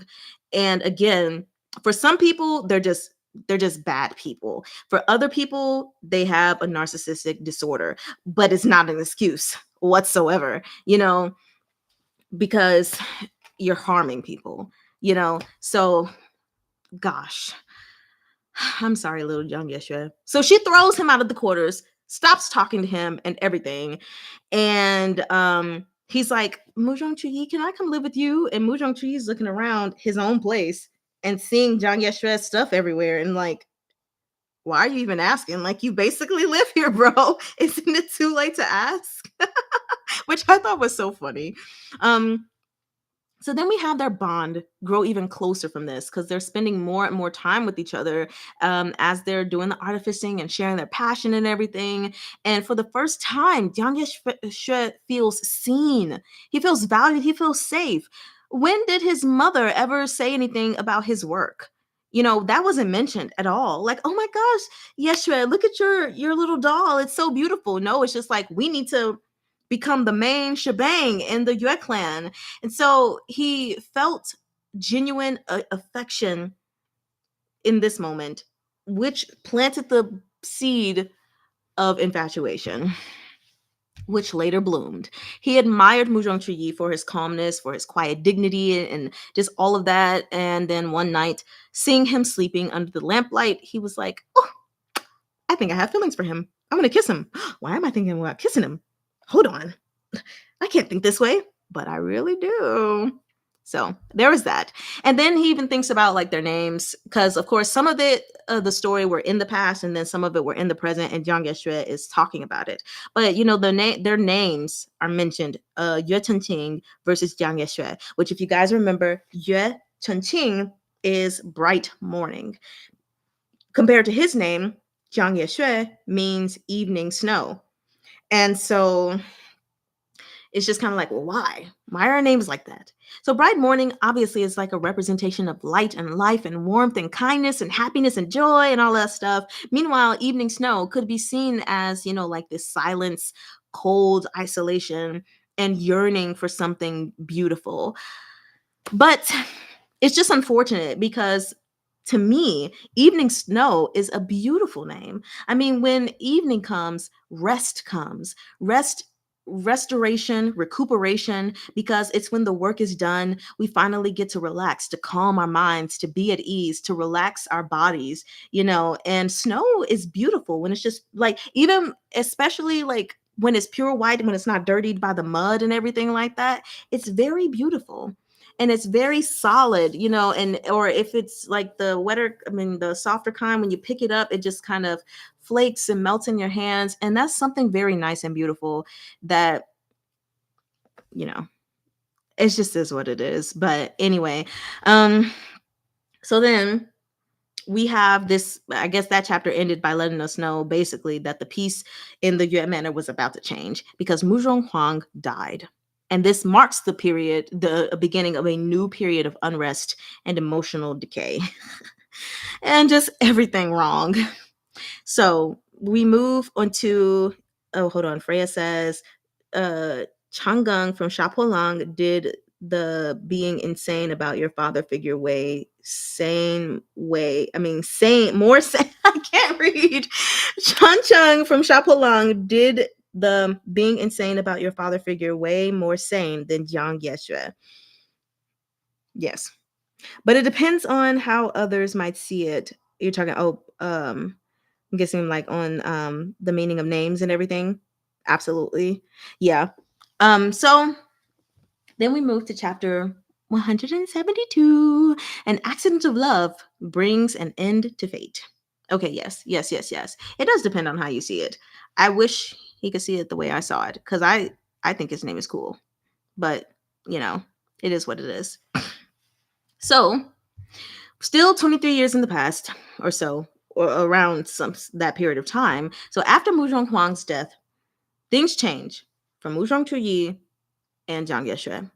What changes for Muzhong Chuyi is he withdraws himself from everyone and everything, and he goes into seclusion or isolation because he's grieving, and he doesn't know who else to go to, who else to turn to. And the only other person who could still reach him was Jiang Yeshui. They would still artifice together, even though Muzhong Chui just kept making Muzhong Huang over and over and over again. Um, so they would carve the wooden figurines, and they even carved some. Muzhong Chui carved many for Yue Chengqing. So Jiang Yeshui tells Morsi that hold on, not Morsi. I don't know why I wrote that there. He tells Yue Chengqing that if it weren't for him, he would have been killed by his own mother's orders, because what had happened was, well, let's explain. With these little figurines, Muzhong Chuyi pitied Yue Chengqing, and so would make these little toys for him and have Jiang Yeshui deliver them. Well, one day he was going to do that when he came across a wet nurse attempting to poison Yue Chengqing. So the woman, she's got no backbone, immediately admits, it was Madame Xie. She ordered me to do it. So then he's pissed, and he goes to confront his mother about it, and she admits it without remorse. I want us to remember that she admits it without remorse, claiming that, he's taking her son's rightful place, but it's not her son's rightful place to inherit the Yue manor. You're the concubine. So even if he was here first, you're the concubine. Anyway, then she also warns Jiang Yeshui that he would regret saving Yue Chengqing's life. So then we go to her downfall, where Madame Xia's behavior grows even more erratic and even dangerous over time. She humiliates Yue Juntian publicly, which was an idiot decision, leading to her total disgrace.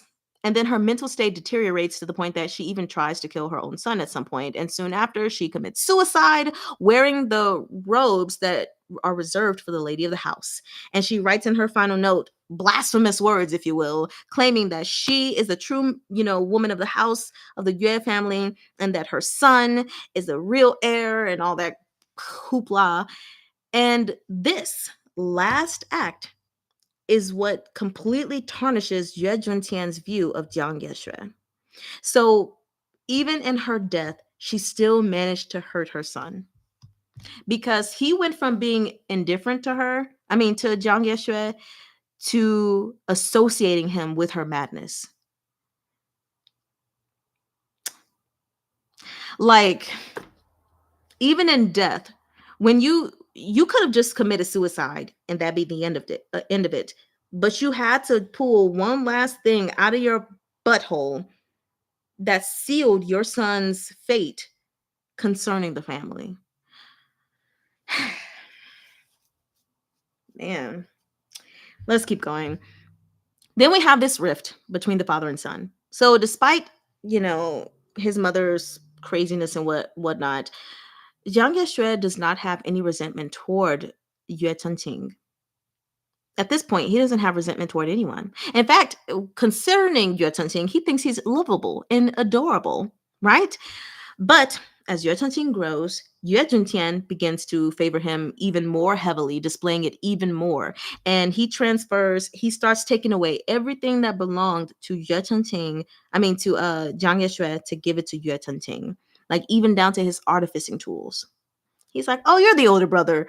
You should understand. Your little brother needs these more than you do. And even forcing him out of Muzhong Chuyi's residence so that Yue Chengqing can move in. Oh, you're his older brother. You should understand. Don't be difficult. And he would reprimand Jiang Yeshui, like, even if he showed like the slightest bit of like, I don't know if I want to do that, accusing him of like, you're being greedy just like your mother. Which is kind of like, so am I not allowed to dislike something or not want something?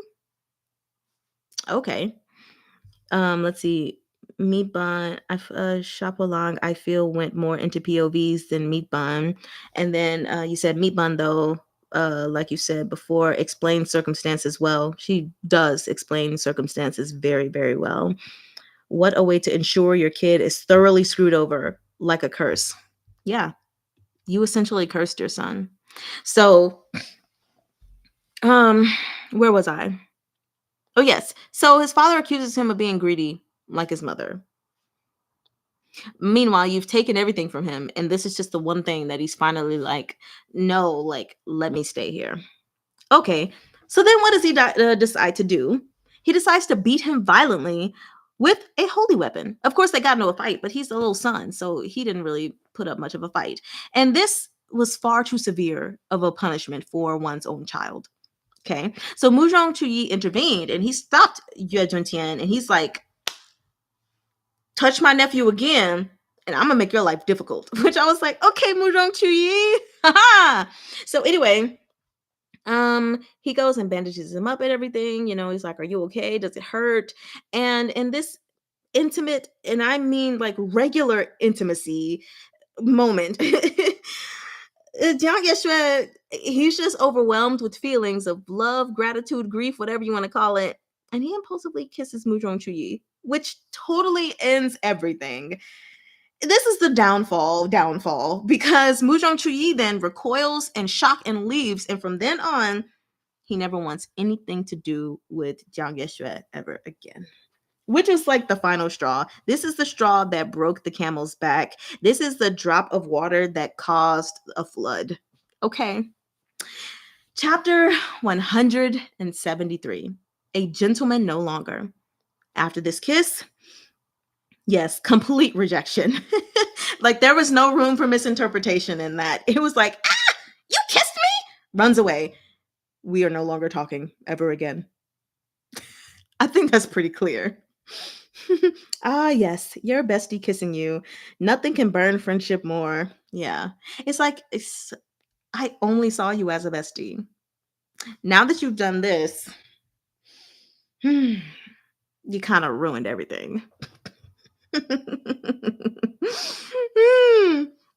So, again, he was completely cut off from contact with Muzhong Chuyi, just like he was with his mother. He said, aren't they half brothers too? Remember it. So Muzhong Chuyi was adopted, but they it's I, it's like they're because can y'all tell I'm having a hard time, because Muzhong Chuyi's father is yeah yeah wait a minute. Wait, hold on a minute. Because it was Yue Juntian who raped one of the Chu sisters. So yeah, now they're at the Yue clan because it was I might have to do a chart. I'm thinking about too many characters because he was adopted by no, no, Muzhong.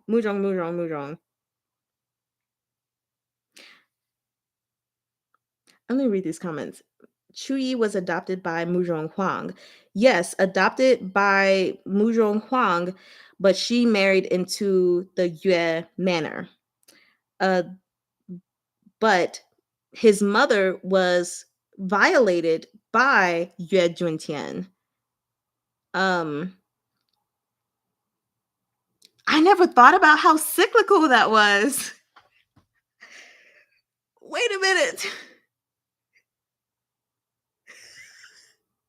So he ended up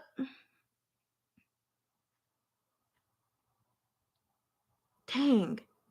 He ended up being adopted by Muzhong Huang and moving into the household with his father because Yue Juntian was the one who kidnapped the Chu sisters and violated them. So he's dang. I'm sorry. I think my brain just broke. My brain definitely just broke for a second. Oh, that is crazy.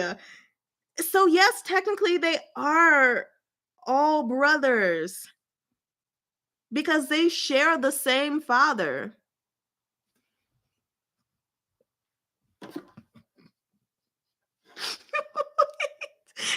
And it's like, wait, Mu Chu-yi is the son of Yeshua's father.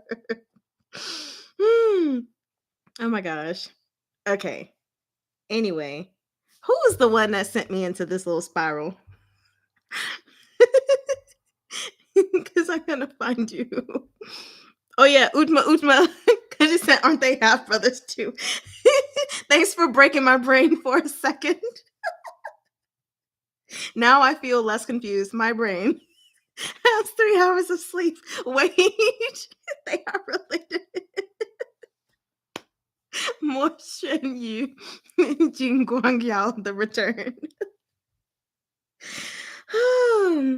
That is why Chino is considered an uncle. That is so crazy. I'm glad we worked this out together, though. So, just to say it one more time so that we all know, Mu Zhonghuang, head of Yue Juntian's wife, she is the mother to Yue Chunting. Xie Lanyi and Yue Juntian gave birth to Jiang Yexue. Yue Juntian and Miss Chu, the woman who's violated, they gave birth to Muzhong Chuyi. Muzhong Chuyi at the time, this was before all of this happened. Before Jiang Yexue, before Yue Chunting. Yue Juntian was out in disguises or whatever, throwing his thing around everywhere, and ended up kidnapping the Chu sisters, violating them, and one of those sisters gave birth to Chu Yi. She put Chu Yi on a little cot or whatever and was like, please, someone, in a little I'm gonna say she put him in a basket. That probably didn't happen. I'm gonna say she put him in a basket and then put him in front of the temple, and Mu Zhonghuang took him away. But Mu Zhonghuang was to be married into the same family of the man that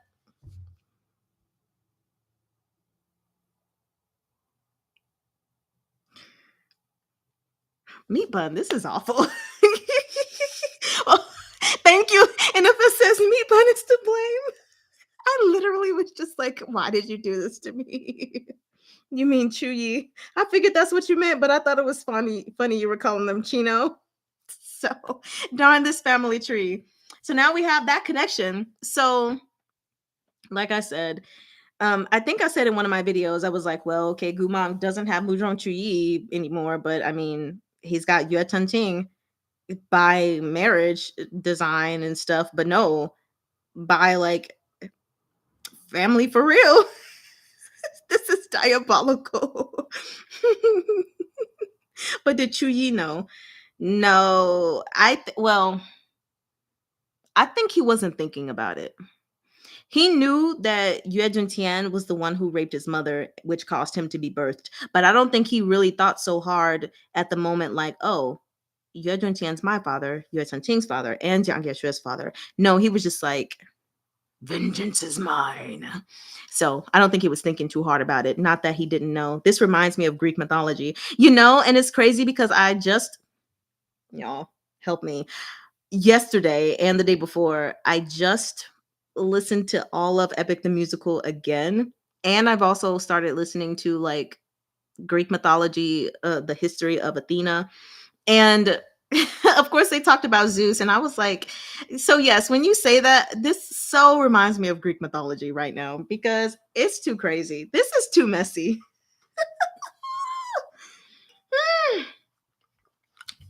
Yue Juntian is Zeus. Oh my gosh. I think you're having trouble with adoption being only as son, oops, and not as brother. Meatbun gave us a headache. Enough. You will sprout your own Pegasus and Athena. Right. Okay. You guys are right. Let's move on. Because I am starting to get a headache. That's the funny part. Okay. So anyway, after all of this, um, your brain says wrong book. Yes. Um, so yeah, now Jiang Yeshue is isolated because he doesn't have anyone else either. And this causes deep resentment and loneliness to fester in his heart. So then we get to the incident at the northern frontier, which is basically in late autumn of the same year. The craftsmen from the Yue Manor were sent to the north to refine armor under the emperor's orders. And Yue Tanting, being the ignorant child that he is, decided to wander off to explore, despite being so close to the border between Chongqing and the Liao Kingdom. And when he didn't return, search parties were sent. That included Muzhong Chuyi and Jiang Yeshui. Jiang Yeshui was the one to find him. He was injured and tainted with demonic qi. So he found him in the borders and everything. And so to save him, he transferred that demonic qi into himself to spare Yue Chunting. Anyway, you said, seriously, that was on adults too. I mean, for real. If you're out there knowing the border is so close, what are you doing letting him run around so freely? Like, hello, let's be better about this. So, anyway, when Yue Chuntian finally gets there because he shot up the signal or whatever, he does not notice Jiang Yeshua at all. He pays him no attention, which actually saved Yeshua's life because had it been caught, oh yeah, he would have been executed because at the time Chongqing did not know how to deal with demonic qi. They still don't know how to deal with demonic qi. So Jiang Yeshua actually endured an immense amount of physical pain as the qi basically corroded his body and his mind. And he was constantly battling like all the malicious whispers of hatred and bitterness that were stirring up within him. And later he reflected that he would, like his brother Yue Tenting would never understand such suffering because there was always someone there to like lessen the blow of things. So then Jiang Yeshui revealed that Muzhong Chuyi's coldness toward Yue Tenting actually came from him wanting to protect Jiang Yeshui's corruption. So when Jiang Yeshui eventually stopped resisting the demonic qi that he was experiencing, he discovered that he could actually control it and manipulate it and infect others, binding them emotionally and physically to himself. So who did he use this on? Muzhong Chuyi. But it didn't work all the way because it wasn't fully mature and everything. But he made it so that Muzhong Chuyi was unable to get close to anyone else. And unfortunately, if Muzhong Chuyi tried to tell anyone, the spell would trigger and he would lose his mind to uncontrollable lust, being compelled to submit to Jiang Yeshui. Now, this demonic qi caused Muzhong Chuyi an agonizing amount of pain every new moon, which can only be relieved if he drank Jiang Yeshui's blood, which is disgusting. I don't want to drink a cup of blood or just like pretend to be a vampire and be like, okay, I feel better. Or by consuming a high quality heart balm, which is a rare medicine in itself already, which is something, he had Gumon give for him that one time when they were at the lake. So whenever the heart balm failed, Murong Chuyi would actually resist going to Jiang Yeshui unless he was utterly like in pain to the point that it was unbearable. So now we know the true cause of his illness. And Jiang Yeshui admitted that the night Morsi had come to the academy to confront him, that Muzhong Chuyi was indeed there. And I said that. I was like, don't lie. He was there. And, he saw the blood. He was like, yeah, he had lost control and everything. So when Yue Tenting hears about all of this, of course, he assumes and accuses Jiang Yeshui of having violated his uncle. Now, Jiang Yeshui, of course, is like, I have no interest in rape. But then he proceeds to say, what I prefer is for Muzhong Chuyi to lose his sanity and beg for me rather than taking him by force. But let's go back up to my notes.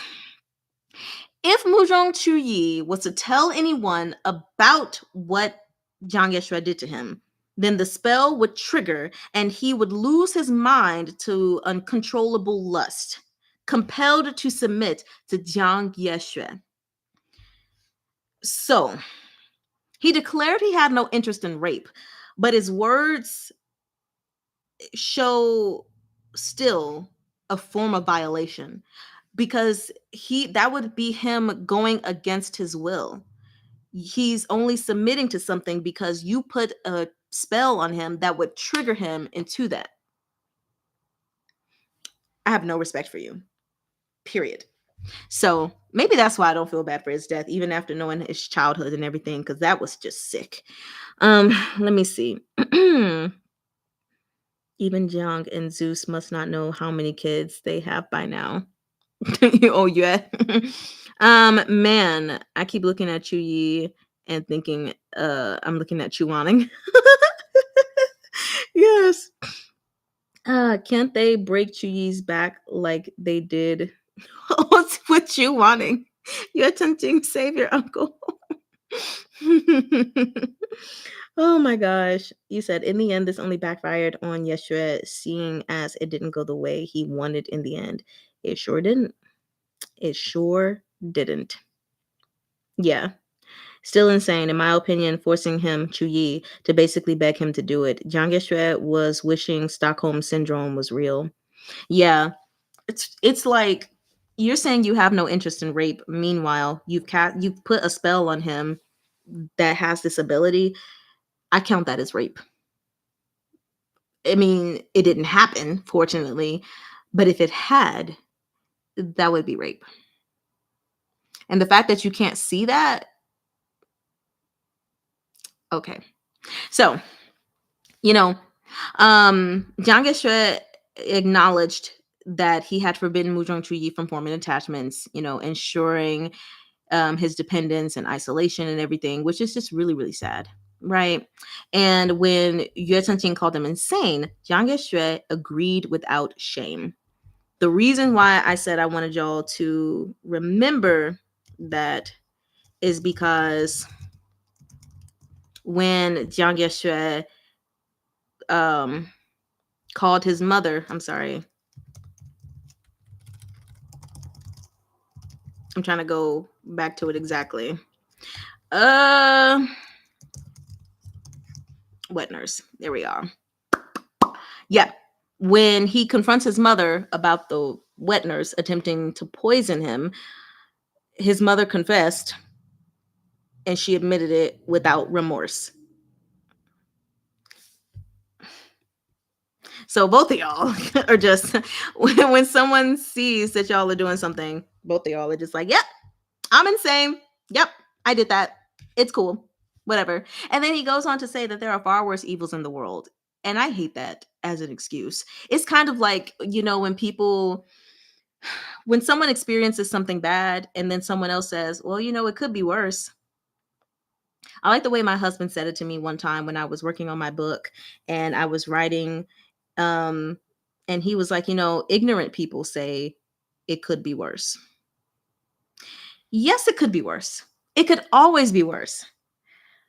But it could also be better. I hate diminishing other people's pain or, other people's circumstances because I'm like, oh, well, this person experienced this. That's worse than your circumstance. So like you should be okay. You should be better. And that's actually one of my pet peeves when it comes to like religious folks, not Christianity in itself, although I don't really care for Christianity. If anything, I care more about like being a follower of Christ, because Christianity is the religion, the construct that's just all out of whack. But anyway, a lot of times they have that mentality of, well, you should be grateful because it could be worse. And it's like, but it could be better. Like, excuse me. Why are we comparing what I'm going through to this person? Why are we comparing what you did to my uncle to all the other bad things out there that are happening in the world? We're right here. We're in lane 1. Don't go to lane A. Like, that's a letter in the alphabet. We're on numbers. Okay. So anyway, he said we're back at the suffering misery Olympics. Yep. That's all it is. So, then he goes on to claim that even the emperor himself was aware of his actions and supported him, despite knowing that Jiang Geshue's demonic tea was hurting a lot of people. And then when we move toxic positivity. So then when we move to chapter 174, imperial promises are most unfathomable. We have Jiang Yeshui revealing that he had secretly cast a spell on Yue Chunqing that was meant to drive him mad. However, before the spell could take full effect, Gumang happened to visit and noticed that something was wrong, and immediately sent Yue Chunqing to Shenlong Terrace for treatment, effectively saving him. And from this moment on, Jiang Yeshui harbored a deep hatred for Gumang, vowing to destroy everything Gumang loved and protected. Emperor mentions spit in disgust. Why didn't you do it the first time too? When someone tries to console you but makes it worse. Yeah. It could be worse. Imagine telling someone this happened to them worse than you. So chill. Like, thanks for invalidating me. Emperor needs mini spits. Y'all are funny. So, I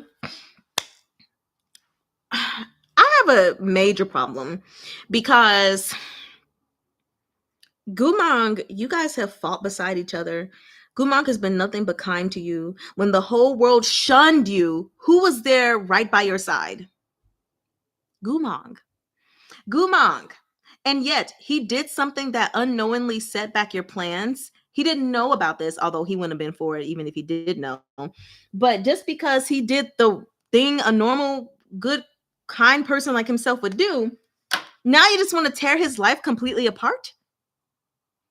All you had to do was just try to poison Yue Tunting again or do something else in the future. Why do you have to literally want to destroy this man's entire life for unknowingly doing something? Let's keep going. So we have it where he says that the emperor promised him that he would keep his demonic condition a secret from the court, and he would grant him leadership of the Yue clan in exchange for Jiang Yeshui refining demonic medicines and conducting experiments for the throne. The emperor also knew that, not the emperor. The emperor also told Jiang Yeshui that Guman was not a traitor, but a spy planted in the Liao kingdom. So Jiang Yeshui knew from the very beginning. And it was the emperor himself, not the Liao kingdom, who had the Zhenlong chess piece implanted in Lu Jianxing. Bruh. Which I just want to say, this is proof of Jiang Yeshui's like immense and terrifying power, because knowing how to make a Zhenlong chess piece is like not for the faint of heart, not for the slackers in school. You gotta be in the honors program. He may not be like Morjan power, but for him to be able to do that. Anyway, the emperor's taking too much space. So then, pretty much every tragedy in Chonggua's history while this emperor has reigned is all because of the emperor. He is the one, like I said, who I'm going to say poisoned Lu Jianxing's mind with the chess piece. He is the one that, of course, which led to the Phoenix Cry Mountain defeat. And then, of course, we have the pact that was made at Golden Terrace, which was all the scheme as well, and just how everything else went for Gumang. So I'm just like, all of it served to weaken Gumang's influence and reassert his imperial control, because Gumang was too powerful. The typical emperor story. We see a man that is too powerful as a general and a loyal subject. We got to figure out how to bring him down a notch. So let's choose Gumang. Anyway, let's go back to his marriage now. Let's go to Jiang Yeshui's marriage. So he revealed that he never loved his wife, Timujin, and she was just placed there by imperial order to monitor him, to restrain him. You know, the emperor just wanted to have eyes on him, and she also did not love him. But of course, when she saw that he was like close with the emperor, she was trying to change her tune like a little bit or whatever. But eventually she died, and he felt relief because he didn't like her no way. Which now we know why there was a dusty memorial tablet. However, Her death made the emperor suspicious that Jiang Yeshui had did it himself. So after that, he became very cold and distant, delaying his promised rewards. In retaliation, Jiang Yeshui threatened to expose all of the emperor's secrets if he were killed, which forced the emperor to back down. So although neither of them trusted each other, they were both bound by like mutual blackmail, holding each other's sins. Like, okay, you said only weak people bite at others. Udma Udma says, and short people too. Okay, now hold up. Now hold up. I do not bite people's ankles. I am 5 foot, but I do not bite people's ankles. Why you gotta come for me like that? I am fun size, okay? Leave me alone. Epstein way of holding people in power. Yeah, I'm a chibi. Okay. I would love to see a TV version of myself. If someone wants to draw that, go ahead. This is my pose. No, I'm just kidding. So, anyway, we move on to like the Emperor's true desire. He wants the demon blood beast for his own gain, not to keep it sealed up. But Jiang Yeshui is like, yeah, he has bigger and badder plans for this thing. And the seed um that Jiang Yeshui planted in Mu Zhongchuyi's heart, of course, we know was a curse of control. And when the time came, he used it on Mu Zhongchuyi, slaughtering the whole clan. So he wanted to make sure all the blame was on him.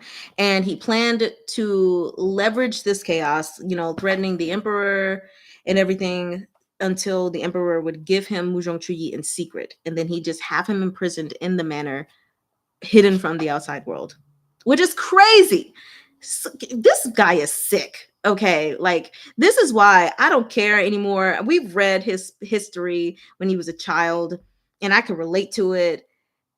But now that we're back in the present, I'm like, you're a sick mofo for real.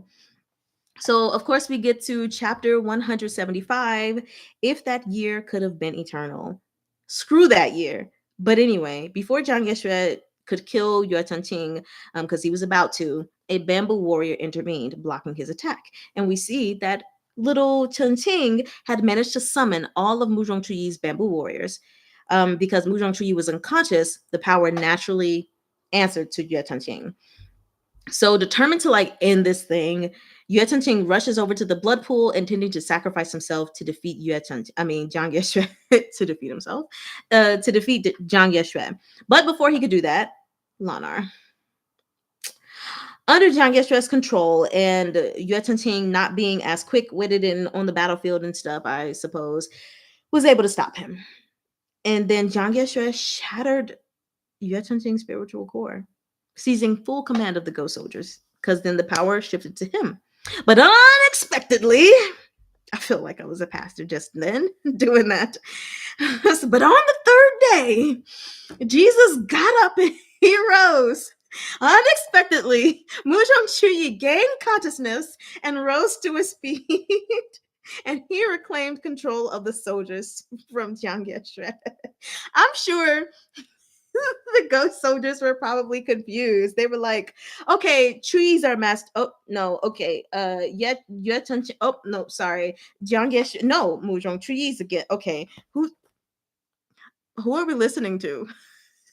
Like, as a resentful ghost, I'd be like, I'm not responding to anyone until y'all fully get this settled. Like, can we just pick who's the commander and then I'll slay. Okay. But anyway, so in one final defiant act, Mu Zhongchuyi sacrifices himself to the blood pool before Jiang Yeshui could once again dominate his body. They are too confused. Figure it out. Just like with the family tree. So this sight had everyone in complete stunned silence. That includes Jiang Yeshui when I say everyone. who was like, "Do you really hate me so much?"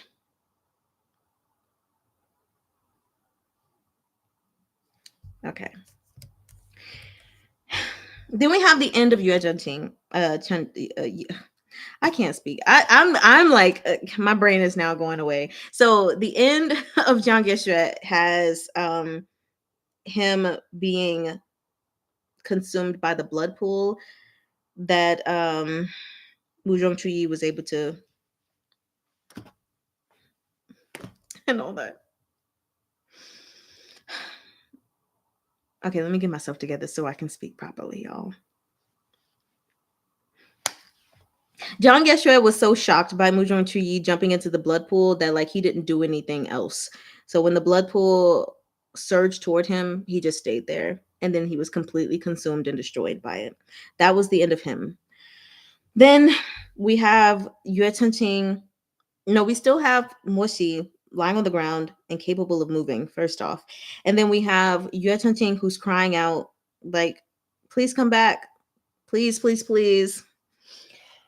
And then Muzhong Chuyi actually comes back, or so it seems, but not really.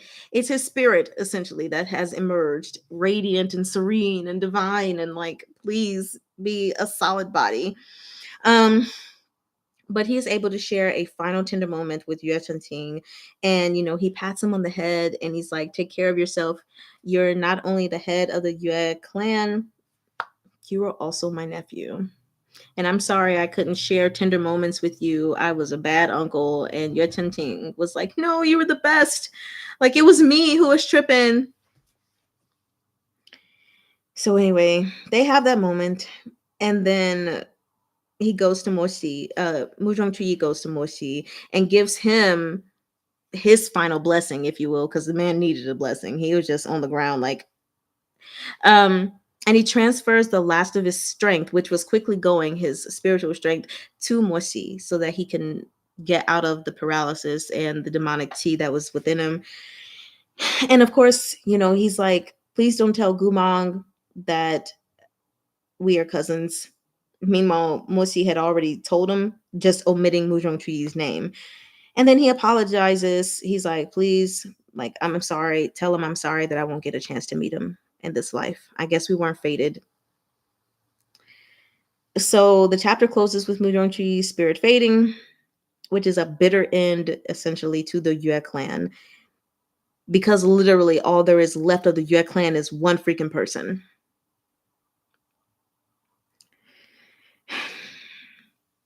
Jiang Yeshui was like, "Surprise, Pikachu face. You really hate me?" Right. Like, what did you expect? Did you really think he was going to let you use him to harm the one he cares about? No. In the past, I said he was conflicted about his feelings for Yue Ting, but in truth, it was more like he knew how he felt, but he couldn't exactly express it before. Hmm. Yeah. I had thought that he fully cared for Yue Ting, but was being cold about it. Uh, I guess kind of like a Chuaning thing. I thought he was just Chuaning in a different book. That's what I thought.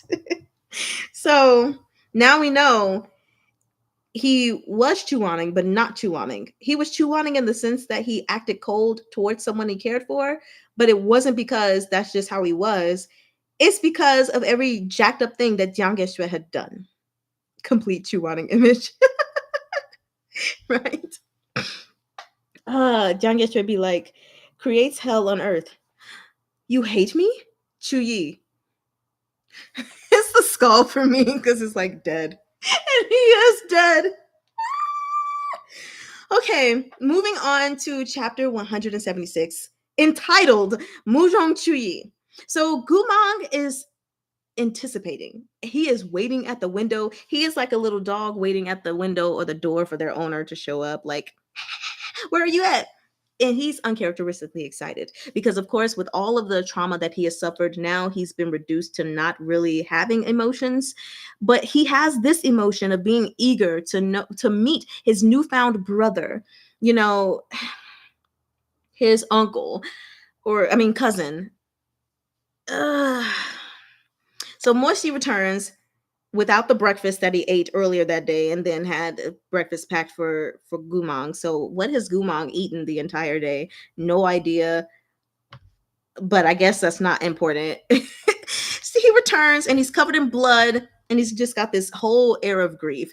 And Gumong immediately sensed that something was wrong. And upon seeing his face, he was like, he's not coming, which was really sad for him to already know. And then, of course, he's like, is it because he doesn't want to see me? Like, does he not like me? Moishi proceeds to tell him like he's got some unfinished business and it might take a long time before he can see you, because he doesn't want to tell him that he's dead. But he's like, no, no, he likes you very much. I, of course, felt bad for Yue Ting in this moment, but I felt so bad for Gumong.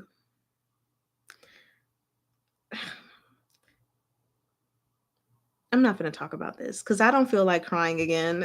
I'm trying, like, and then, like, Moishi even gave him a miniature bamboo warrior that shrunk down to palm size.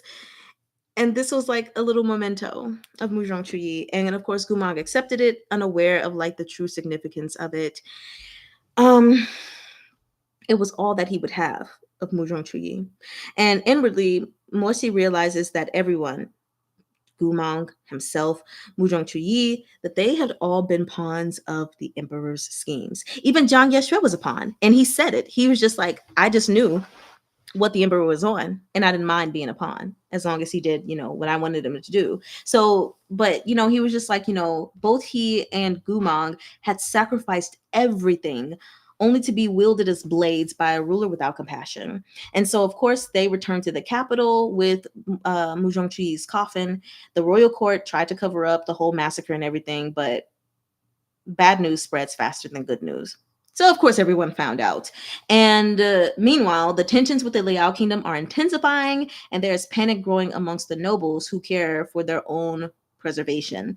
And so there's these rumors that circulated that the Liao kingdom's Guo Shi had developed a demonic plague, a weaponized technique that could infect the entire city with demonic tea in just days. Oh, what's such a convenient rumor? So anyway, at the Yue Manor, we have Yue Ting who wandered through and it was just empty. Because it's just him, and he entered his uncle's artificing workshop, which was crazy because he didn't give the proper password, if you will, but he gave the proper password. He was crying and he was just like, I miss you. The little wooden thing came out and let him in and everything. And like I said, the doors opened, and inside he discovered Muzhong Chuyi's vast collection of inventions and blueprints that were meant to benefit the common people. So it's here that we realize that not only did Muzhong Chuyi actually, truly, genuinely love his nephew, I mean, his brother, his nephew, his nother, I don't know, his brother nephew. But he cared so much for the common people. And he even sees the talismans for indestructibility and realizes, oh, it wasn't Jiang Yeshui who had given these out. It was my uncle. And I remember that moment because he just automatically assumed it was Jiang Yeshui. And for a moment, he was like, is my uncle wrong? Interesting. Is Jiang Yeshui right? And Jiang Yeshui just took the. Okay. Anyway, so he realized how wrongly he had judged his uncle. And well, I'm sorry, how wrongly the world had judged his uncle, because he wasn't one of the three poisons, which was ignorance of Chonghua. He was a man of virtue, mind, and wisdom. So it's just, that was a heartbreaking moment because he just cried. He cried in grief for his uncle, and seeing, like, he'd always adored him anyway. But of course, he wasn't blind, because of that one time he went off on him, that he really did believe that, okay, yeah, his uncle doesn't care about him or literally anyone else, even though he still believed his uncle would always come to his aid. But now he knows that, yes, even he was wrong about his uncle. Oh my God. Going on to chapter 177. Yes, Freya. Exactly. All his dreams were never brought into fruition, which really sucks. And I'm so glad that Yue Ting is at least around to hopefully bring those to fruition for his uncle. You said, "Yo, what's up with the purple thing next to my name?" It says number 3. That's so funny. So just so you all know, YouTube just has their own thing. Um, when you have a crown next to your name, it's showing who is a top fan. That's all that is. So you guys get points or something like that. Like they're called XP. Um, but yeah, it's just a place for fans to stand out, like in the community. Like, oh, the top 3 get a special badge in the live chat, and it resets every live stream. So it's not something that is like always the case, but it's specifically for each live stream. So you're clearly like in YouTube's mind's eye, you were the most active in the comment section. Well, the third most active. So that's what that is. um but according to this, it says, how do you get on the leaderboard? You'll need to collect experience points or XP, and here's how you get them. Send live chat messages or send super chats and super stickers. Okay. And the super chats and the super stickers are literally, the super chat is when you pay however much money you want. I think the minimum is $1, but you pay to have your comment highlighted automatically by YouTube. And then the super sticker is you would put a sticker in the chat section and that would be highlighted. Actually, it happened last time, but honestly, it was really just my husband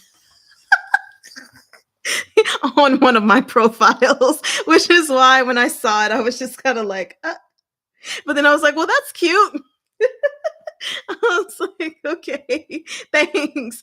But yeah, it was just, him on one of my thingies. So that is what that is. I guess just so you guys know, it's not ever something that I really no one's ever asked what those numbers stood for. I had to ask myself a couple times ago because I was like, why are there numbers next to people's names? So I just think it's so funny that you asked.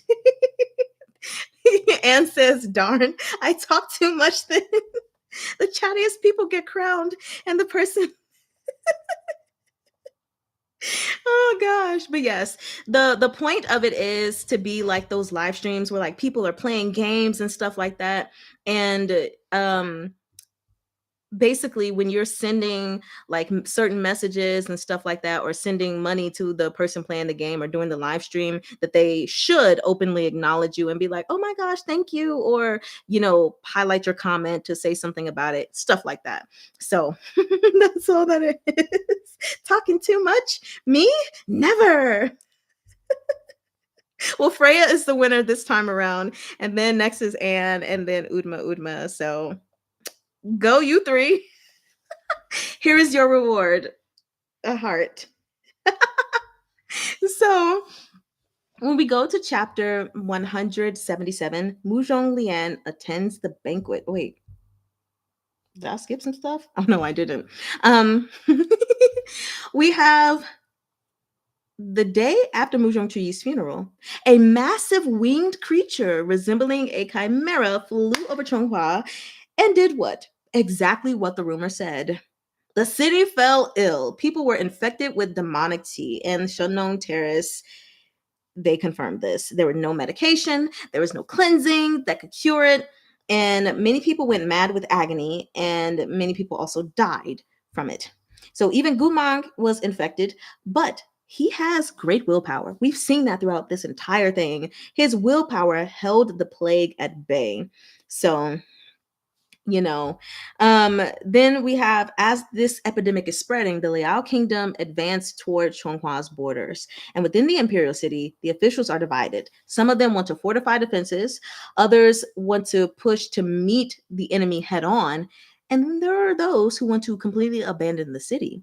So the emperor, offering no clear strategy at the time, only keeps like repeatedly sending orders for medicine master Jiang to return. And eventually, the medicine master finally returns and he shuts himself away for 3 days and he emerges with an antidote, just as a victory report comes from Yonglan Pass that Chonghua's army had repelled Liao's vanguard.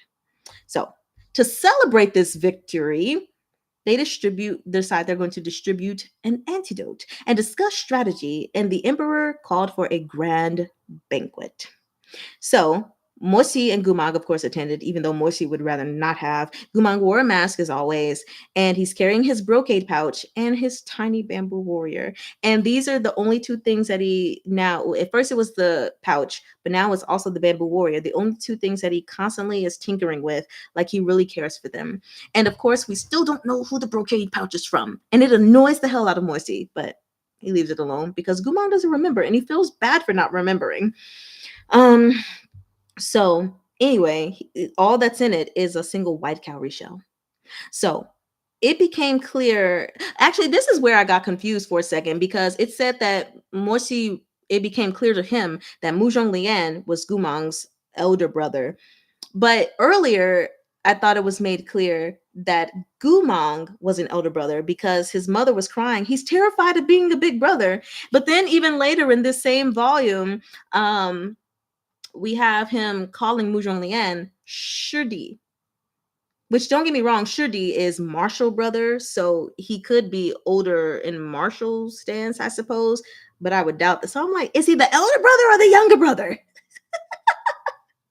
I'm going to stick with that. Gumang is the elder brother for now. We're going to do it that way because it makes sense that Muzhong Xuan was sleeping with his mother first and got her pregnant and then got married to the what's her name lady and then got her pregnant.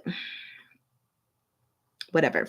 Anyway, so we get to this banquet and it feels very somber. It's half empty, like no one is there, basically. Oh, none of the important people, like Princess Mengsa or Muzhong Lian. Very important people that we are going to be graced with later. But anyway, the emperor finally arrives and the meeting begins. And there is one old noble who suggests they retreat. Despite, there being a cure, he's like, I still think we should retreat. And the emperor had him seized and denied him the antidote, along with everyone in his household, I'm assuming. And so he's like, give that medicine to others. And his message is clear. Defiance, well, if you're infected, means death, essentially. And so then Morsi is like so pissed as he's seeing the emperor talk about like, oh, protecting the people and everything, because he knows the truth. The emperor does not care about the common folk and only for black magic and power. And his obsession ran deeper than curiosity. And at first I was like, okay, maybe like because of the connection with the demonic beast inside of the emperor, that's giving him the cold thing, maybe that had started to corrode his mind and that why he was going crazy. That was never said. So the emperor just is a selfish bastard that just wants power. Okay. And Morsi suspected that, his true goal was not defense, but to conquer all 9 provinces. So then meanwhile, also we learned that Lanar remained unconscious since their return from Huntian Cave. And as medicine master Jiang is distributing the antidote, we have her father who's like, please help my daughter, please, please, please. Like, there's got to be some way. And medicine master Jiang is just like, nah. And Morsi feels like there's something off about this man. It's major, right in front of his face, right on the tip of his tongue, but he can't figure out what it is. And then just as all of those nobles are prepared to drink, maybe they won't. I don't know how they take pills back then, but I need to drink something to take a pill down. But they were getting ready to swallow the pills, the antidotes. Muzhong Lian does his grand entrance into the hall and is like, do not take the medicine. I see I've missed some comments, so I'm going to go into those. Antidote bait banquet. I like calling it. That's a lovely name. People getting scared and worried when I'm quiet for so long. Oh no. I wonder if Fire Sigil represents Moshi and Gumang didn't want to lose it. Oh crap. The comments, where'd they go? Okay, I am traumatized. I need sweetness. We're so close, you guys. We are so close to getting to the sweetness. I have to believe there's going to be some in volume 7. So, anyway, I think Gumang was conceived first, but because his mother was put in the stasis state, born second. Oh yeah. Actually, no, that makes perfect sense. Yeah. So dang. So he is the younger brother, but he would have been the elder brother. That's so weird. Why do we have so many weird things going on with these families? Wolf Google for life. um, he had also high brother energy, can't help but take care of people. Yes, that's also the thing. Like he acts like the big brother because he cares so much for other people. So, chapter 178. We still got a long way to go. Oh my gosh, this is a long live. I need to get my life together. So, um, but that's because I be trying to literally talk about what happened in every single chapter. Like we didn't just read the book together. Should I change the way I'm doing my live session? So we have chapter 178, forced abdication. And basically, the banquet turns into an open political trial when Mu Zhonglian accuses the emperor of wanting to poison his officials with this demonic tea that's not really, not demonic tea, but a mind controlling poison, essentially. He's like, it's not a cure. And so the emperor's counter move is like gaslighting everybody. And he's like, oh, Mu Zhonglian suffers from ephemera-induced hallucinations, which is what the elder says. But he's like, oh, you've been smoking that ephemera. So, your mind, you just been saying crazy stuff for a minute now. But Mu Zhonglian dismantles this pretense piece by piece. Like he is exposing the emperor's pattern of manipulation. And, he was like, there was heart balm inside of my ephemera. He publicly calls the emperor Muzhongchun, which is a massive breach of etiquette. And then he declares that the emperor's goal was never about peace, but total control, saying that he had medicine master Jiang create obedience-inducing drugs, then used Guosher, how to say Guosher, used Jiang Yeshui to do what he wanted him to do. And just like all of these other people, so many people have been disposable tools to him. And he wants to silence everyone to basically turn them into puppets rather than thinking people. Like he doesn't want you guys having your own thoughts and disagreements. Just know whatever emperor says is what goes. And so then he even quotes the emperor exactly when somebody is like, are you just trying to like cause discourse? On the page 189, he's like, remember when the emperor said, if you were all always like this, falling in line so obediently, there'd be hope yet Chonghua could conquer the 9 provinces and bring peace to the world. And after he says that, it was like, oh, we don't have anything else to say. So then Mu Zhonglian also admits that he never wanted the throne because, of course, the emperor accused him of wanting it, but he was like, bruh, your position is just like not it for me. I don't like it. And I only pretended to be arrogant and, just live this extravagant life and smoke and all that stuff to divert suspicion. And it seems like he kind of regrets a bit also how he treated Gumang in some ways, realizing too late that he had done some things wrong and that his whole regard of things. So then the emperor, of course, is like, well, I need proof. And Mu Zhonglian, he's just like, well, I have ephemera in my heart balm. So you think that my mind is just going insane from ephemera, but technically I'm very lucid right now. He's like, I'm in control of my mind. Okay. And so then I think it's because he hold on, show the emperor. Yeah, because he also knew that the emperor had like drugged him with, why didn't I put specifically what it was in here, but put something in him that was supposed to like harm him. But he had been using the drug and the heart balm and everything to like dull the ache of that thing. So anyway, then we move on. Totally vampire here, sleep and day because of work. Hey, sometimes it's like what are we talking about? 10 p.m. Who even sleeps at this hour? Not me. Definitely not me. I'll be awake. Then we move to chapter 179, Morsi Endangered. So this is the moment where Morsi realizes that, oh, I once smelled ephemera on Muzhong Chuyi back at the academy, connecting like the past manipulations and all that stuff. So he was like, huh. So then when Morsi asked the so-called medicine master Jiang to inspect Muzhong Lian's pipe, of course Muzhong Lian was mad, like, dude, you're not helping. Like but he was like, no, inspect the pipe. And he took it away and gave it to the medicine master. So then, of course, the guy's about to speak up.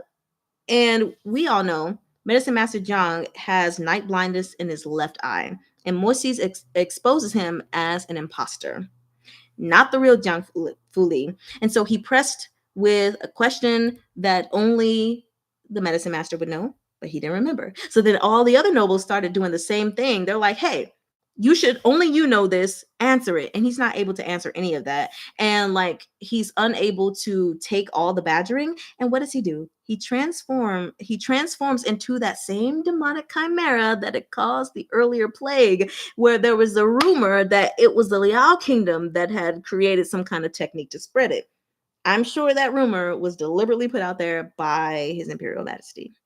So the court turns against the emperor, horrified that he would poison his own people to ensure obedience.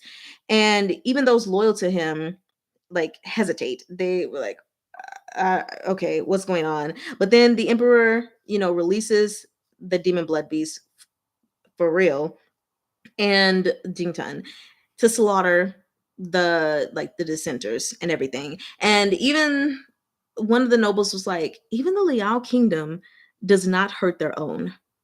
Like, how messed up do you got to be to hurt your own people? Like, come on. Which we already know the Guosher. Now we know who he is. He definitely just killed some messengers. What was it, like 30 or so? We don't know why he killed them, but I mean, for the most part, maybe still he he didn't harm his nation. So that results in, of course, Moshi summoning Twin Tian to fight against his demon blood beast. Not Jing Chun, but his demon blood beast. I don't know why I called the earlier one Jing Chun. So he's trying to protect the people, putting up a barrier for them and everything. And meanwhile, the emperor just remains calm. He's cool.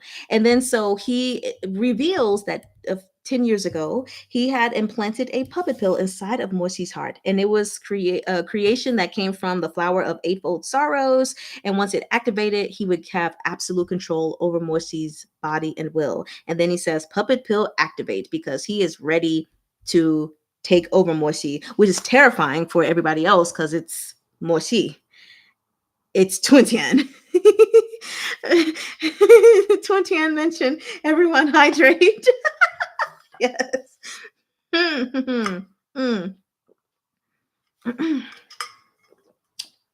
then we go to chapter 180, I'll Protect You, where as the emperor activates the puppet pill in Moshi's heart, he begins to think, oh my gosh, this is awful. Because of course he didn't know about this. And instinctively, our Wolfgaga steps in front of him, ready to shield him, even though he doesn't even understand what's happening. He just knows it's got something to do with Moshi, and it's not good. So drinks her coffee casually. I might stop by Starbucks today and get me some. So then, realizing that he would soon be a danger to everyone, Moshi quietly orders Twin Tian to kill him. And that's if he loses his mind, to kill him. The emperor doesn't hear this, because I'm assuming, because it said he gave the quiet order, or I don't remember the exact words, but it was quiet, so not meant for the emperor's ears. And it was just to me, his final measure of, it's like Muzhong Chuyi, okay, before I allow you to use me, I'll just kill myself. So him being like, before I allow you to use me to kill all these people, I'll have Twin Tian kill me, which is still killing myself. But anyway, Princess Muzhong Mengzi steps in, and she has been the one who, number one, also secretly helped Muzhong Lian. So the emperor had previously ordered, assassins to kill Muzhong Lian slowly, essentially, like the doctor, the elder, essentially, to like not let him heal, but don't kill him right away because it would be too suspicious. But um where was I? But that doesn't work out. So anyway, then the emperor is just like, "Oh my gosh, you don't like you're not loyal to me. I trusted you." And it's like, okay. You said the emperor was like Yeshua in a sense. I do agree because Jiang Yeshua had his entire family, his people, annihilated. And the emperor ends up saying that he is totally willing to have his people annihilated if he doesn't get what he wants. They are the exact same. That is why they could not trust each other. And that is also why they worked well together for a minute. So, anyway, basically, while Mu Zhonglian was kept on the brink of death, Mengte had secretly administered antidotes to him, which allowed him to recover. And so the emperor is livid, saying that he misplaced his trust in her. But meanwhile, I'm like, that's ironic for you to say, because the only reason you trusted her was because she was a woman and did not hold influence. But if she was a man, you wouldn't have trusted her, because then she would have the ability to take you on. Um, Yeah. So the emperor, he's funny. Anyway, Muzhong Mengzi begins to tell them the truth about everything, about Gumong, about Lu Jianxing, and just how everything was set up. And they're all completely surprised. And you have it where the entire sequence of war and Gumong's fall, like all of that was set up. And they're like, dang, this is crazy. Which to me is so idiotic of the emperor, because you had your one true loyal, morally great general, and you just screwed that. That was your greatest treasure. Like, you may not have seen it for real as a treasure, but Gumang truly is the greatest treasure you have. I would say next would probably be someone like Morsi, the protectors of your Chonghua, and then Muzhong Mengzi. All of these people are your treasures, and you just not seeing them, my guy, because you care only for your goals. So then, anyway, some of the nobles are still doubting, because they're like, wait, well, if Gumong was a spy, then he knew what the emperor was going to do. And she's like, no, he didn't. And Muzhong Lian's like, yes, he did. But he goes on to say that basically, like, what was Gumong supposed to do? Like, was he supposed to report the emperor to the emperor? Was he supposed to say, I know your game? What would he get from that? So he strategically stayed silent. And he even, intentionally, when we get to the next chapter, stabbed Morsi so that Muzhong Mengzi could see that the puppet pill was inside of him and get it out of him. It was all very deliberate, because Gumong is forever a great strategist. Anyway, so after that point, also Gumong's intelligence reports, like after he found out the emperor was doing all of this stuff for his own gain, he changed the way that he was sending his intelligence reports. So Mu Zhonglian was explaining this to people like, hey, no, he did what he could do with what he had. He had to think about the long game. Okay. So there was that. Mu Zhonglian also reveals that he had met Gumong the day before he'd returned to the city at Fushui River, where Gumong told him everything. And then the truth about his memory loss and his soul splitting and stuff, that's also been revealed. Like, he had his own souls or whatever. And the whole memory loss thing, I mean, the Liao Kingdom took away his memories from that period so that he would not be able to divulge their secrets. But it was the emperor who had manipulations done on Gumong as far as the memories, but as far as his souls, that was all a part of Gumong's plan. So the emperor claimed to Mu Zhonglian that Gumong was plotting to usurp the Wangshu manor, which turned Mu Zhonglian against him even more. But again, it was the emperor who caused his amnesia and everything and all of that stuff. And just, do we have to say it anymore? The emperor is a great schemer. He's a great schemer. I'll give him that. So anyway, he wanted him to administer the memory erasing pill to Gumang, and he even exposed Gumang's identity to the Liao Kingdom, which is what made them return Gumang in the first place. Anyway, so knowing that his end is near, essentially, like at the Liao Kingdom and everything, Gumang had wrote a letter to the emperor claiming that he could seal the demon blood beast with his own soul in exchange for like his life. She's like, don't let them kill me. Okay. So the emperor accepted this because, Gumang's body was tainted with demonic mutation. And it's like, okay, it could be useful. It could also be a threat. You said, is it still okay to email Don May fan art to you, or is it too late? Absolutely. Still send. We're not having our live session until next Sunday. I mean, honestly, I'm still at a point where even if you send something on Saturday, it's still fine because I've got over 1,000 followers now, but it's not like 1,000 people submitted. So it's not going to take any time. It's just in case you need it. That's the email. You can go ahead and send it. Please, please, please. And let me know if you want it to be anonymous or not. I mean, you're asking about it here, but that doesn't mean people will know which one is yours because I do have someone anonymously sent. But yeah, just let me know if you want it to be anonymous or not. Please make sure you let me know what characters you've done, unless it's like super duper clear from something we've read on my channel.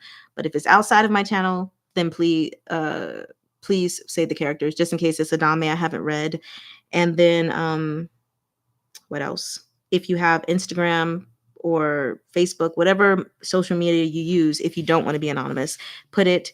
And yeah, I think that's pretty much it. If you got a name for the artwork, you can give me that as well. Okay.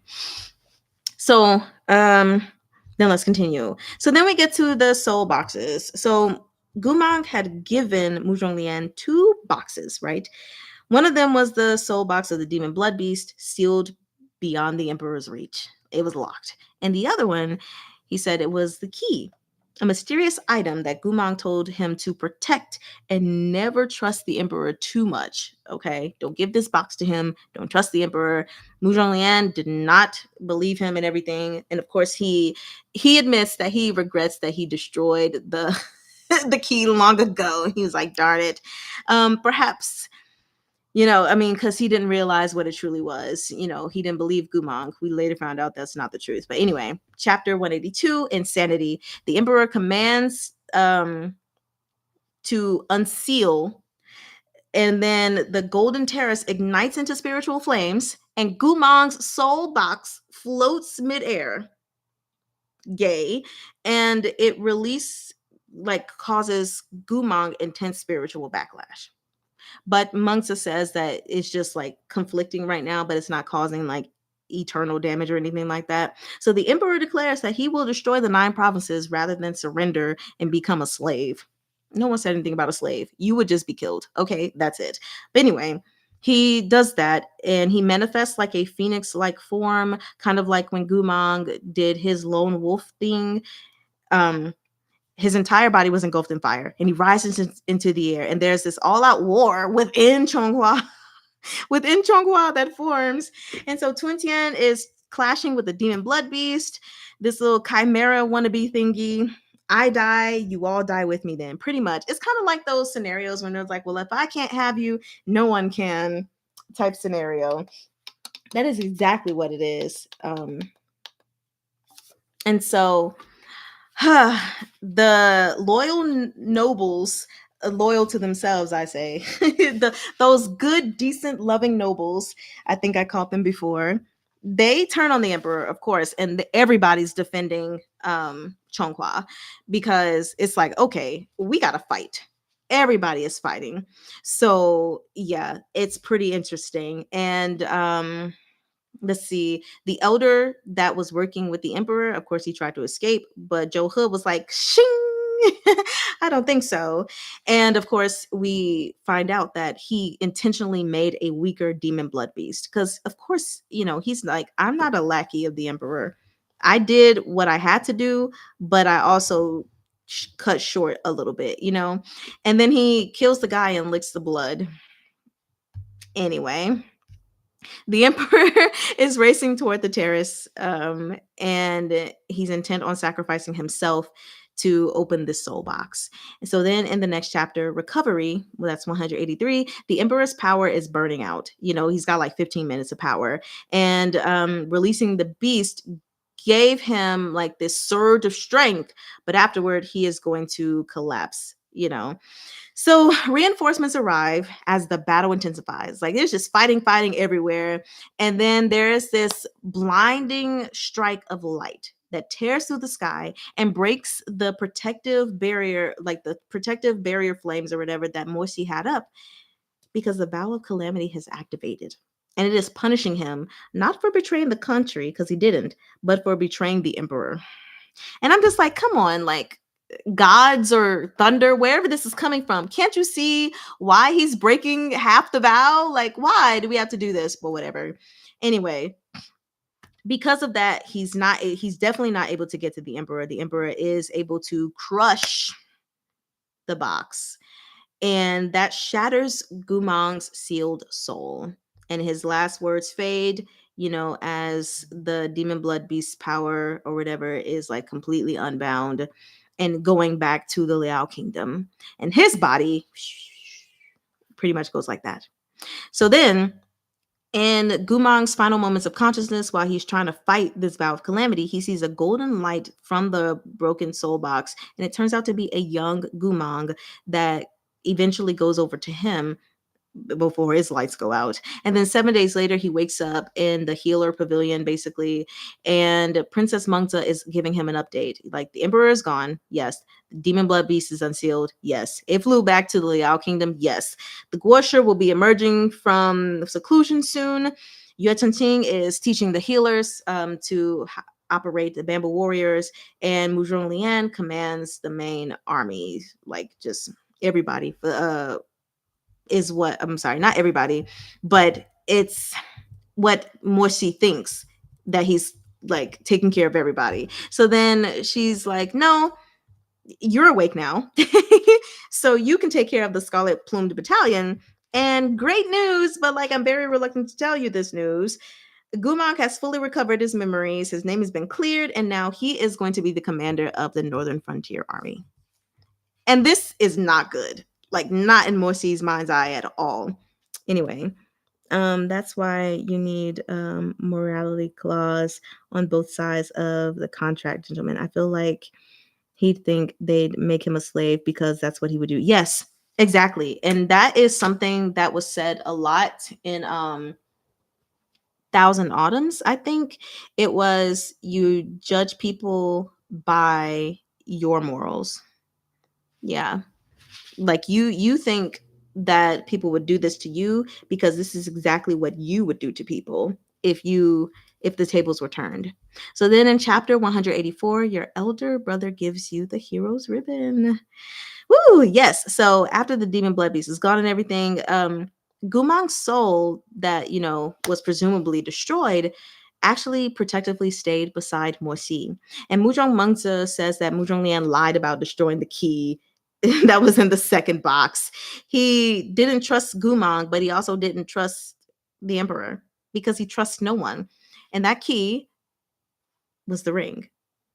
So now that Gumang has regained both of his mortal souls, of course, Morsi is happy. He was like, oh, the heavens have finally blessed me with something good. Like, I thought it was a possibility we wouldn't get either of them. But then, okay, I'm seeing the emperor did this. So I'm like, okay, maybe we can, I don't know what we can do. Maybe get one. Turns out he got them both.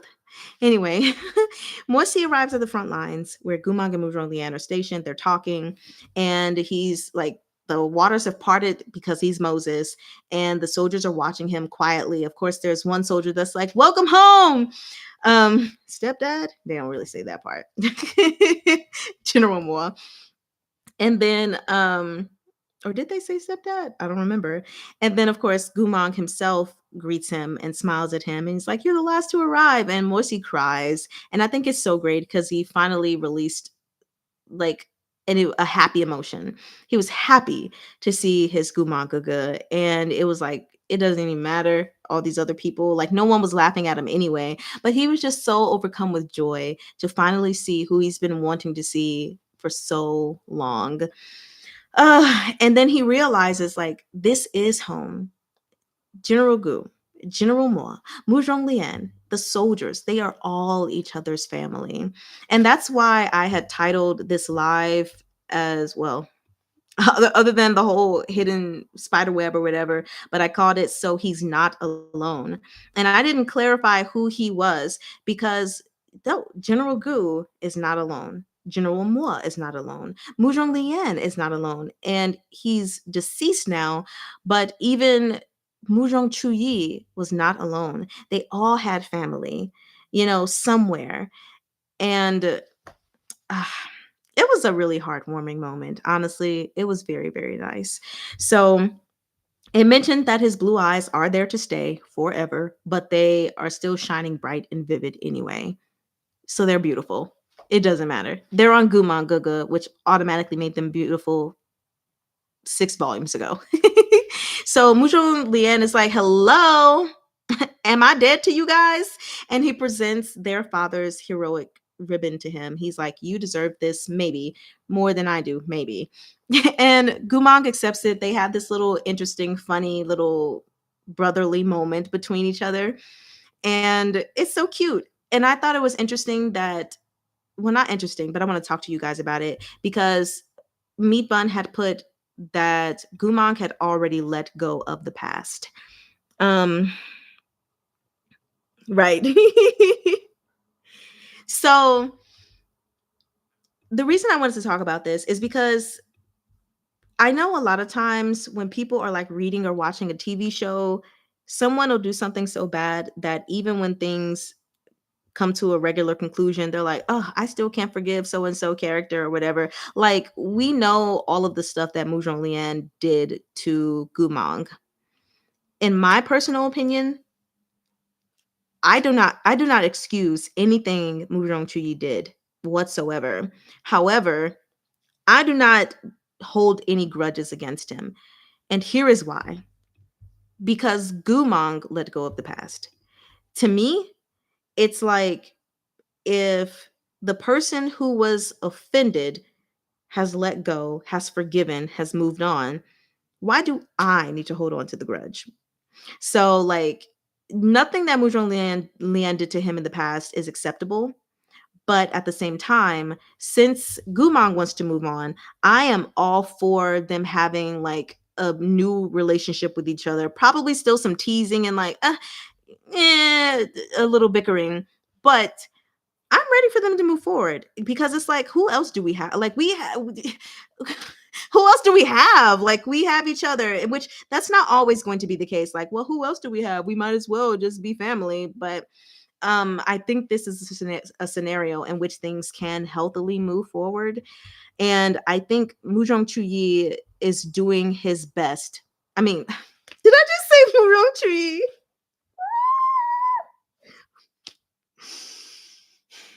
Muzhong Lian is doing his best to move forward in the way that he knows how. So did he apologize? No.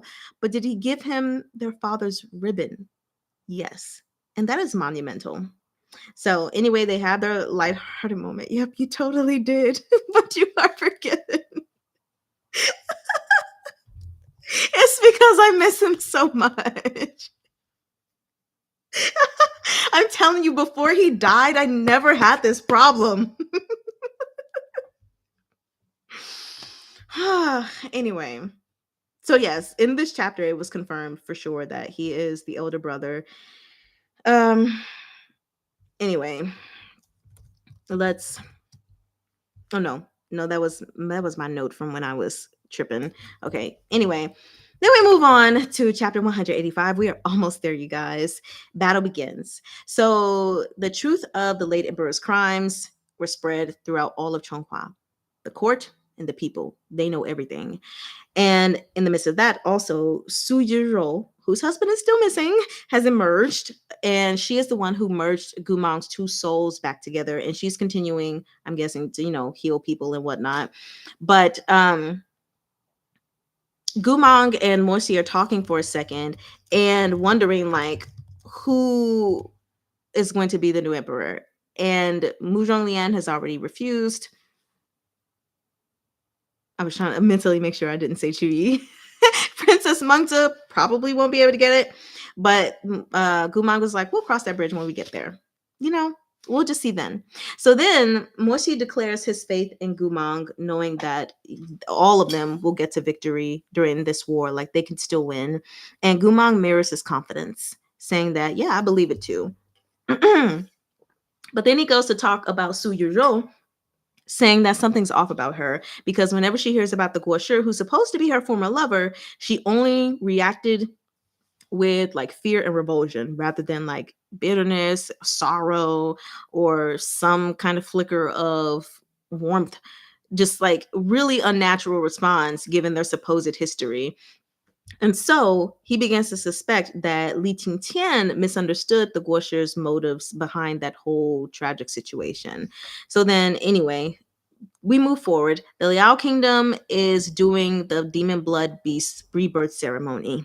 And as part of this ritual, the butterfly boned beauty feast sacrifices are offered up. And these victims, they are descendants of the demon blooded like race. And they are no longer powerful because they have been cut off from like the demonic realm. They're just, yeah. So it's pretty sucky because sometimes they're even weaker than humans, like just regular humans. And okay, I may have to take a phone call really quickly. It'll take literally like a few seconds. But anyway, where was I? So anyway, they were reduced to basically conduits of like getting your cultivation to be higher. Basically, people would dual cultivate with them to raise their spiritual energy. But anyway, in this moment, they're being used as sacrifices to the demon blood beast. And, Gumang realizes that this ceremony must have been years in the making. This had to be planned ahead of time. Here we are. Hello?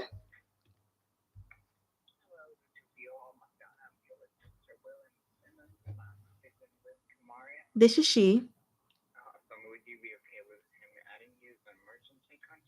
Yes, I would.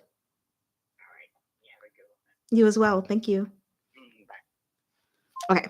So anyway, um, where was I? We're getting a bigger U-Haul for our moving. So on chapter 186, Gumang and the Demon Blood Beast, we have standing before his soldiers. Gumang gives this amazing speech, right? He's like, "We've had 39 battles. I kept my promise 38 out of the 39 times to bring you all home. I failed one of those times. This is our 40th battle, and I swear I am going to succeed. I am going to bring you guys home." So soon after that, they have reinforcements come, and it's an army of bamboo warriors, nobles, cultivators, and civilians.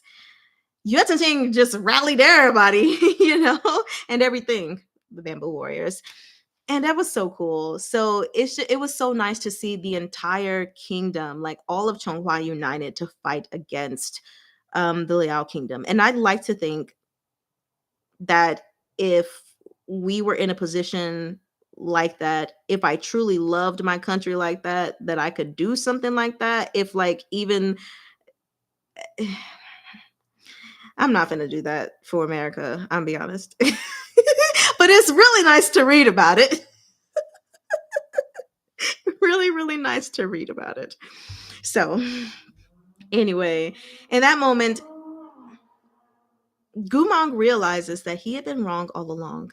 He's like, "I'm not bringing anyone home. We are already home." And amid this chaos, Gumong also gets another glimpse of Shantang, and that's a weird moment for him. But anyway, searching.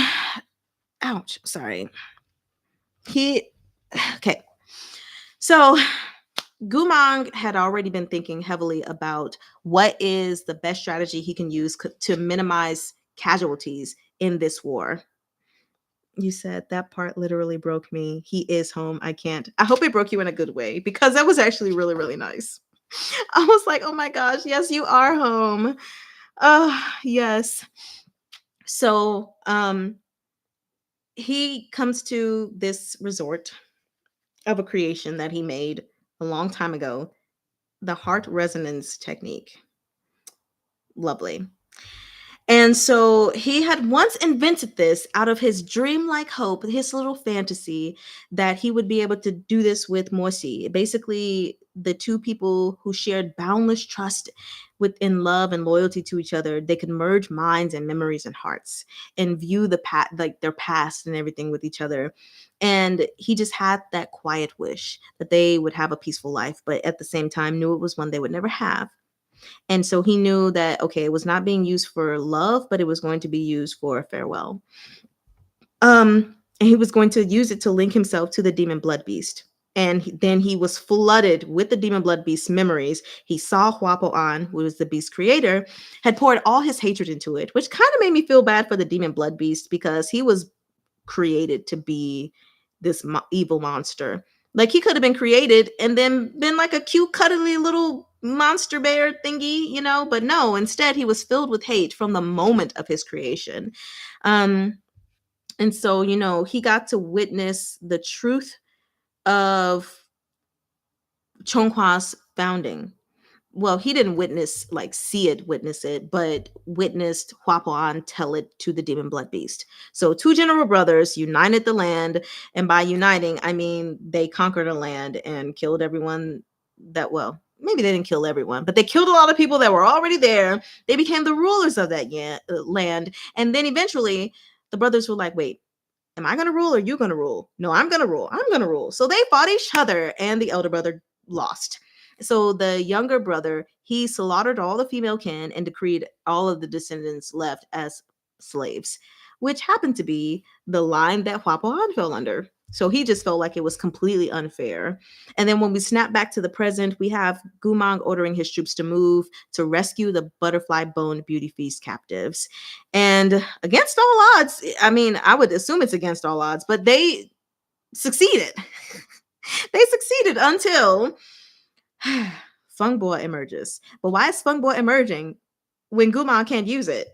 Because there's a second Gumang, a ghostly Gumang, a younger Gumang, born of the nine-eyed teen that belongs to the Guosher. It's this stupid cursed instrument that has stolen Gumang's power and forged it into an eye. That's how I'm going to say it. So we have this phantom raising the Suona and then releasing this awful, destructive melody.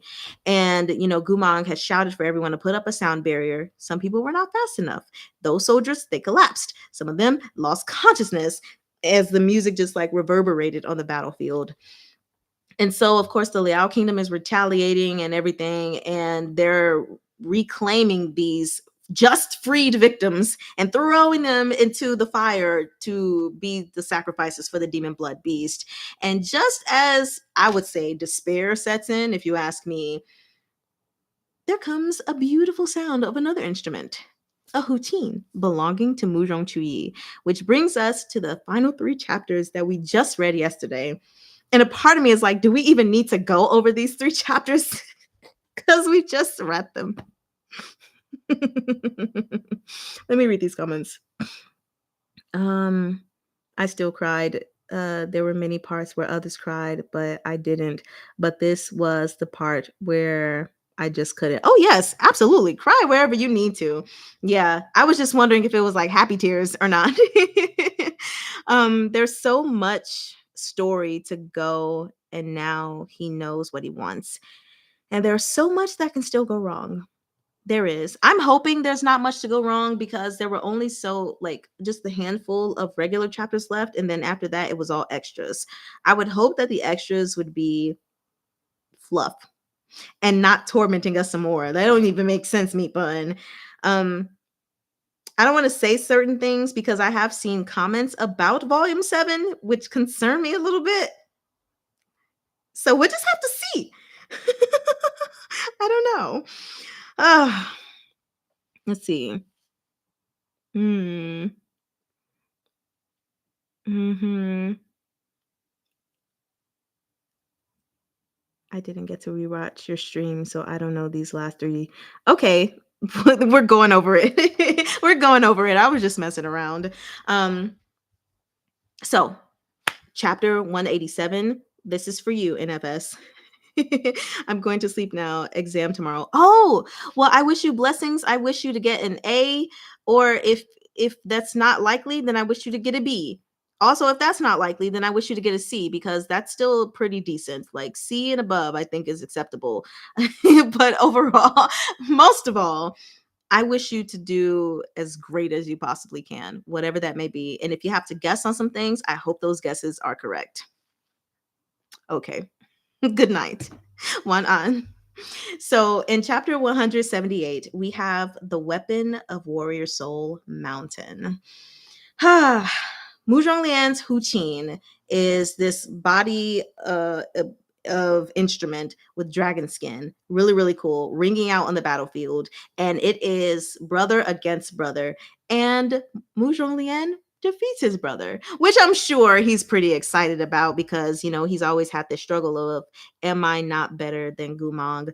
But also, if he was up against the current Gumong and nothing bad had ever happened to Gumong, he probably would have lost. He was up against a younger phantom Gumong, so it's only natural that he defeated him, and we're glad about it. So this victory is brief though, because the demon blood beast is rebirthed, and he didn't even need blackmail. No. This demon blood beast was so big and vast and terrible and gossamerous that he blotted out the sky. Oh my gosh. And under the strain of the heart resonance technique, Gumong's head was throbbing really hard with this pain. And he ordered the troops to, raise water barriers against the beast's fire. But the sheer force of this power just like shattered them one after another. So atop the beast was the Guosher. Fun stuff. And the Guosher was like slowly descending with his teen in his hand, like, I'm the Wicked Witch of the West, who I think actually is really not the wicked one in the story. But anyway, so he commands Jing Chun to like go to Chonghua. And then he activates the seven eyes remaining on the teen, unleashing them against Mu Zhonglian and Mo Xi, all of these beasts or other cultivators that he's come across and stolen their power. You little thief. Mu Zhonglian was like, what, like, it's hard. He's not gonna challenge current Gumong ever, even if given the chance. He hates music, he hates his weapon, absolutely. And I think that's something important, because when everybody was like, why didn't you show off, or how come this is the first time you're using it, he's like, bro, this sucks. I don't like this trash. What is there to brag about? I don't like it. Which is crazy because a lot of people, even if they don't like something, they'll still show off and brag about it, just, to receive approval, depending on the circumstances they're in. So it was really nice to see him like, no, I'm not finna. So anyway, like I said, the Guosher told Jing Chun to go to Chonghua, meanwhile releasing the remaining seven eyes on Mu Zhonglian and Mo Xi.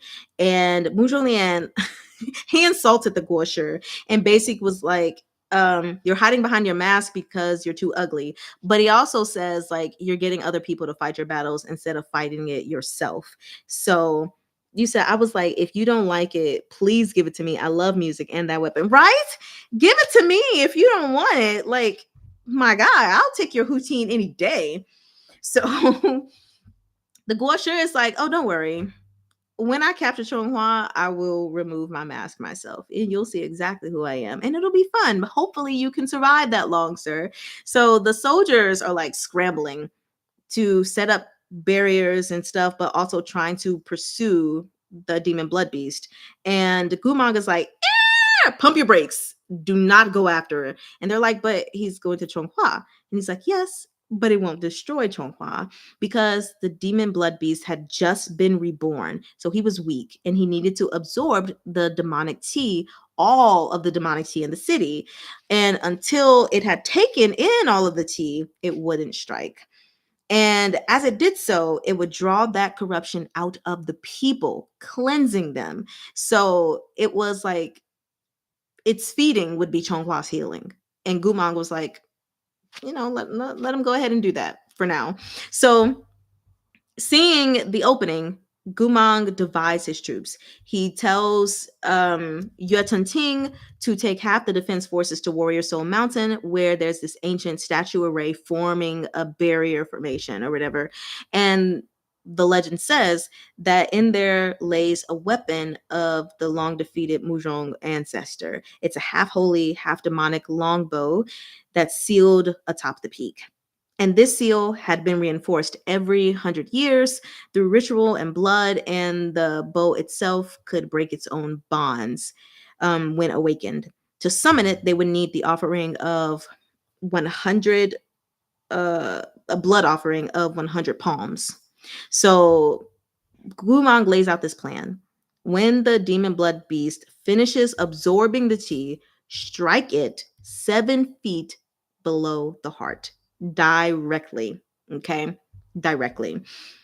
Then we move to chapter 188 and 189, The Way of the Martyr, which I don't like that chapter, and After the Separation, which I also don't like this chapter.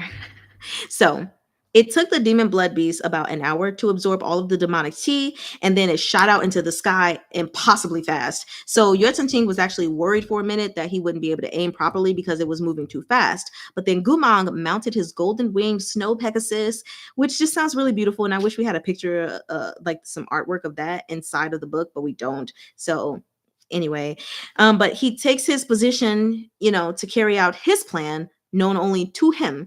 And at his command, the soldiers cast this binding spell of these golden chains that are wrapping around the beast.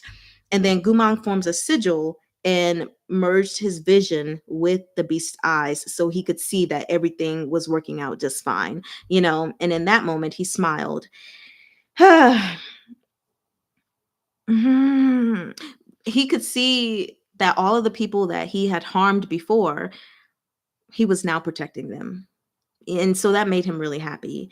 And then he whispered to the beast, essentially was calling to him. And the beast recoiled violently because he couldn't really bear the purity of mind. And so Yuetunting gives the order to fire, and the strike hits where it's supposed to, 7 feet below the heart, exactly as Gumang planned. And so Gumang,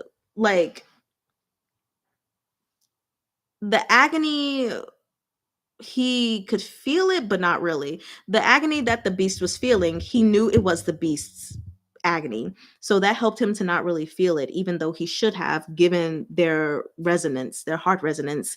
But he was very serene, even as he was slipping away. And he thought, that Morsi should not give his heart to someone who throws their life away so easily, essentially. But really, it was someone who sacrifices themselves so easily. And we see here, which I think is very important to point out, I missed yesterday while I was reading, because like I told you guys, sometimes I miss things when I'm reading out loud, which is why I go back and listen to my stuff. But to Gumang, Morsi and the little flowers, the people, and all of that stuff were equally important. So I just wanted to go ahead and put that out there, which is probably another reason why he's like, I don't think that Morsi should throw his life away for someone who so willingly, give his love to someone who so willingly throws his life away, because in his mind, Morsi holds the same importance as all of those people. Anyway, even if it's like a different kind of relationship and all of that stuff. So, as Chonghua erupts with cheers and they're like, yay, we defeated the demon blood beast and everything, no one notices that Gumang is falling from the sky into the Fushui River until Morsi calls out his name because he sees him, and that joy turns to horror real quick. And everybody's like, oh my God, save him. So then the Guosher from that distracted moment was able to harm Morsi and only was stopped from the killing blow because Mu Zhonglian stopped him. So you said Gumang should appreciate himself more. He absolutely should. But we all know why he doesn't, So the Guosher tells them, you can't save him. Morsi still goes off to do it anyway. and then it's just Mu Zhonglian that stays behind. And he explains to him that he used the same technique that Chen Tang had used in the past to seal the beast, and that method only ends in death. And of course, Mu Zhongqi, fuck, Mu Zhonglian, oh my god, it's like Mu Zhonglian is like, no way, bullshit, you're lying. And he's like, no. And then he mentions something that, the Guosha mentions when I attacked the city in the past. And so, yes, Mu Zhonglian was like, wait, in the past? So then, this is when the Guosha removes his mask. And he's Huapuan, who's been alive all this time, these hundreds of years. Sir, how have you been alive this whole time? Anyway, then, where Jingchan had stood, a blood pool started to form. And so he reveals that he was not make the same mistake twice. He added a spell in which if the beast died, it would become an ever-growing blood pool, unstoppable unless he gave the order. So he granted Chonghua 10 days to surrender, or else he really did not care about Chonghua and did not mind if they dissolved into nothingness. And so on the first night, we have, or at least I think it's the first night, Mosi returns alone to the city tower without Gumong. He did not come back with a body. And all the search parties at some point, had told them to stop. They found nothing, no matter what they tried, no matter what talismans they threw out, they could not find Gumong's body. And the soldiers assumed that maybe their commander was being cold and emotionless. Okay. And specifically, one cultivator asks Li Wei, is he okay? Is he even sad? And of course, Li Wei is like, the you mean? Yes, he's sad. And Li Wei even got to see him break down in private while Moshi was weeping over Gumong's letters. So Li Wei knows just how important Gumong is to him. And Li Wei has such reverence and respect for Moshi. It's out of this world. Li Wei is my favorite side character of all characters, because he's been such a loyal servant. And I was really happy to see that we still have a book left. Meat Bun can go ahead and rip my heart out one more time, but he has not turned on his master in any way. Even when he saw Morsi being more kind to Gumong, he didn't go report this to anyone or anything like that. He is truly a really good servant, someone that Morsi, I personally believe, needs by his side. So, we're in my favorite chapter. Non-sarcastic. Yes, Rubies. When I tell you these are my favorite, the last 3 chapters of volume 6 are my absolute favorite. So then on the 4th day, we have the blood pool has spread a lot more, and citizens had to evacuate to another part of the of Chonghua. And Yue Tenting, using Mu Zhongquyi's blueprints, built temporary homes for the displaced. And despite the danger, Chonghua's people do not lose hope. They are like, let's reverse the situation. On the 5th day, Medicine Master Jiang returns. He is exhausted, still blind, but the left eye is bleeding, so it's concerning. And it's like, whoa, what's going on? And when Su Jiro, his wife, sees him, she's like, Preceptor. Anyway, I'm guessing there was some look on his face that made her say Preceptor, because it's not like she said it at any other point in time, like, oh, Preceptor. Anyway, so he asked if he could speak privately with Morsi. And Morsi was just going to go. But Mu Zhonglian was like, hey, hold on. How do we know you're not another fake? So what does Jiang Fuli do? To prove himself, he decides to reveal a secret only known to himself, the real man, and Mu Zhonglian. And he says, well, when you were younger, you used to stuff thick silk paper into your shoes so that you wouldn't appear shorter than Gumong. And Mu Zhonglian's like, shh. Okay, you're the real one. Sorry, you're the real one. So then in private, Jiang Fuli puts up this Holy Spirit barrier, which is a technique lost for hundreds of years. And um, Morsi is like, "Who are you?" And he specifically suspects that he is Chantang. So, one second, I'm fixing something in my note. So, Jiang Fuli denied it, of course. And he's like, "I'm not him," which we all thought he was in the river in Egypt. That turned out to, I guess, not actually be the case. So he changed the subject temporarily by saying, Gumang's life was too short. And unlike Chantang, he had things that he didn't want to leave from. So Moshi is like, "How do you know so much about Chantang if you aren't him?" So first off, he says that, well, when I was treating Gumang, I glimpsed into some of his memories. I saw Wu Yan, who looked familiar to me, the Bat Queen.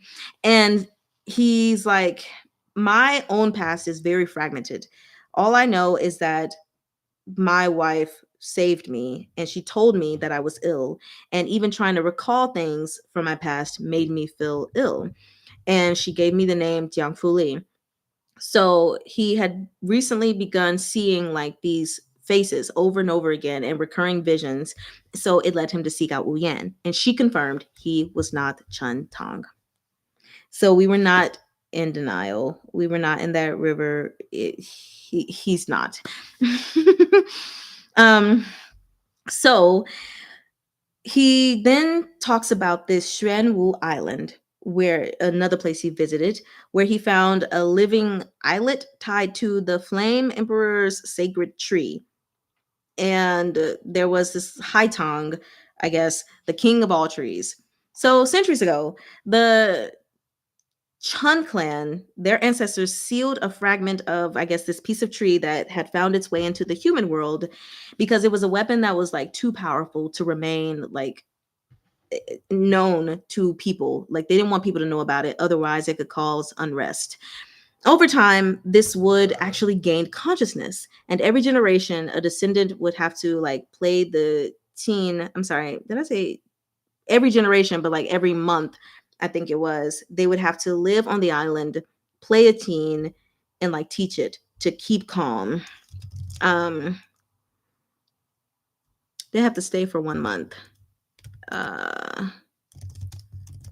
yeah, that's what it was. So then, see, my notes are a little chaotic. I was taking these notes late last night, you guys, because all of the moving I did. So I'm sorry if these notes are a little bit more chaotic. Because I was like, wait, what?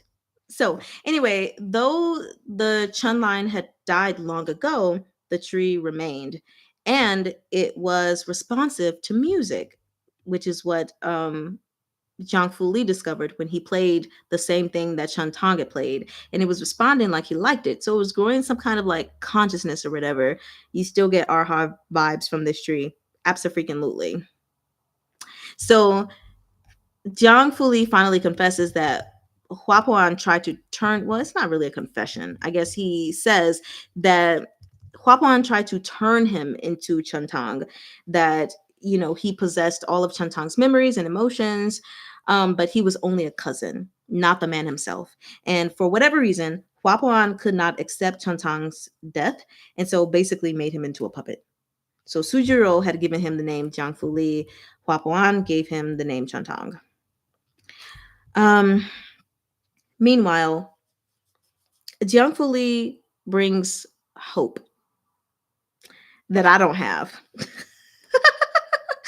He says that on Xuanwu Island, he did a divination which revealed that as long as Morsi did a particular task, they could change fate, even death.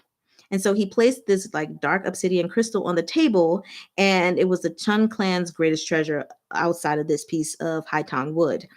And then he says, "I'm going to tell you Huapo An's true history from the memories I have." And that's how that book ends. Very anticlimactic, but leaving us with questions. Yes. That's all I can say about that. That is where volume 6 ends. And we don't have many chapters left in volume 7. And there was so much. So I'm like, how is all of this going to get resolved? Because the majority of the book is a bunch of extras. I don't know. I don't know at all. So we'll see. You said I need Chuntang and Huapo An's stories for real. I feel that. I do want to know. I'm just trying to figure out like how we're gonna get all of this figured out in 300 and something pages. 320 something or 30 something. Not a lot of pages. So, and still hoping for a gift by Meat Bun in volume 7. I don't know. I don't know. Like, I'm so tired. I just want relief. I just want a positive conclusion and a happily. Can I just get like they walk off into the sunset? You don't even have to show me what they do in the sunset, but just give it to me, please. No, show me some sunset. I because I've been tortured so much. I've been a faithful reader. We have been faithful readers. So Meat Bun ought to reward us with something. You said I checked a family tree in YuWu in the internet, but it's still confusing. The person even put the characters of Arha. They shouldn't have. Um, I think you should disregard that family tree because it's to my understanding that the families are not related. Um, like from Morsi to Morjan, there's no relation there. Technically speaking, there is no relation between like Mujong Chuyi and Chu Wanning. I mean, they don't even have the same name. They have Chu in their name, but they're in different places. Mujong is the surname for Mujong Chuyi, and Chu Wanning. Chu is the surname for well, I guess this could still be. The point is they're not related. So don't look at that list anymore. Because it's not going to do you any service. If they're putting in Arha as well, they're not related. I think someone had verified that Meat Bun said they were not related, and that's why I'm saying don't pay attention to that list. Because unfortunately, Meat Bun used the same moi in Morjan as she did in Moisi, which makes things very difficult. But you said, I wonder if web novels end like mangas, i.e., they get canceled because views drop, or if they like normal books. I don't know. I have no idea. I'm more of a like physical novel reader myself rather than a web novelist, even though I do them like every now and then. You said practically Chuyi's surname is essentially Chu from Lean On, but still they shouldn't be confused like that. No.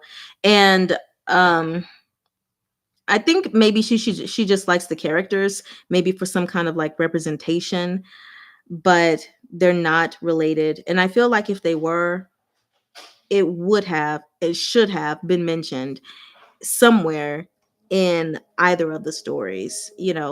So yeah. But that's pretty much it, you guys. That is volume 6. I think this is our longest live yet. Why do they keep getting longer? Meanwhile, the books got shorter. Like, okay. Um, no, that family tree doesn't relate Morjan and Mosi or Chuyi and Chuwaning, but they relate the two series in another way. Hmm. Yeah. I mean, yeah, I didn't want to say anything about it, but I was like, I mean, there would be a relation, but like not a standard relation, maybe, possibly, depending on how stories went. But I don't think it would be between like the choo choos. That's what I'm calling them. Anyway, yeah. I mean, I wonder if authors just stop abruptly sometimes because of that. Probably, probably. When writing web novels, they probably would want/need the encouragement to keep going. So yeah, if they're not getting the views and comments and likes and stuff, then probably yeah, stories just abruptly end because it's like, okay, no one's into this. I see. So that's what that is. Hi, love. Um, but also keep in mind characters might be different. Yeah. Um, we have more things to say. Maybe could be distant in a way, relationship, I mean, but still, who knows? Yeah, the choo-choos. I was spelling it like this. But yes, the choo-choos. It's just what I'm gonna call them. Um, so yeah. There we have it, you guys. We just need some hope for this final volume, I guess. Gumong has to come back, obviously, but I am emotionally drained. The families are too confusing and too huge at this point. Too intertwined, I think, is the problem. Like, it's just too much going on, but it is what it is, I suppose. Um, do you guys have any questions or comments and stuff like that? Because I am done. Like, I made it through my notes, so now I'm just like, okay. After that, everything is linear. I am too selfish. Need Gumong and Chuyi back. Isn't that what I said yesterday when they were like the people were motivated to reverse their circumstances? I was like, in reverse Gumong's death and Chuyi's death. Bring the bring them back. Both of them. I am very selfish. Like, please. I can't. My heart can't take anymore. So the gift I need from me bun. Like, it would make it all worth it. What happy ending are you guys looking for? Like, or what kind of ending are you guys looking for? Because I think for me, I just want to see number one, of course, Gumon come back. As much as I want Muzhongchi to come back, I know he's not coming back. But I want to see Gumon come back, and I want to see a few chapters of what life looks like when the storm is over. I need that. Like, I don't know. I want to see what happens with Lanar. Is that weird? I really do want to know what happens with her. My suffering will not be in vain. Now you sound like the Emperor. His death will not be in vain.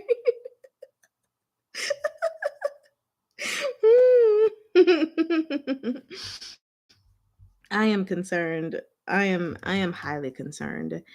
So, anyway, that's pretty much it. I need some really romantic moments from them. Yes, NFS. I wonder about Lanar too. I feel like I need closure with Lanar, but I also feel like I'm not going to get it. I feel like I'm not going to get it. Well, I feel like we are not going to get it. Why am I talking about myself? The Emperor is insane. I'm still sane. If you say so. I don't know if I'll be sane after we finish the series. Like, I think I'm a little cuckoo. I am definitely a little cuckoo for Cocoa Puffs because we've experienced like too much torment for me to not be a little cuckoo. But anyway, I don't want to ramble because I literally don't have anything else to say unless you guys ask me a question or two or whatever. I don't think I'm sane after this volume. No, no, not at all. Not sane. If I haven't lost my sanity with Arha, then I trust I'll be fine. I don't know. I don't know.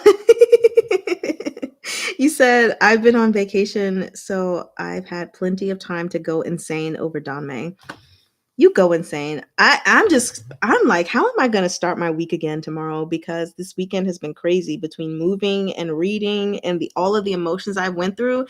And then like tomorrow, I go back to work. I mean, I work from home and it's only 3.5 hours, but I'm like, tomorrow I just have to like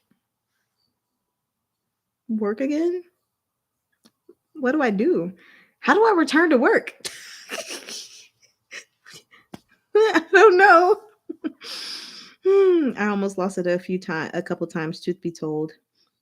I am so not reading Arha. Oh, I think it's worth the read, but oof, boy. I'll be honest, I didn't care for the extras in Arha.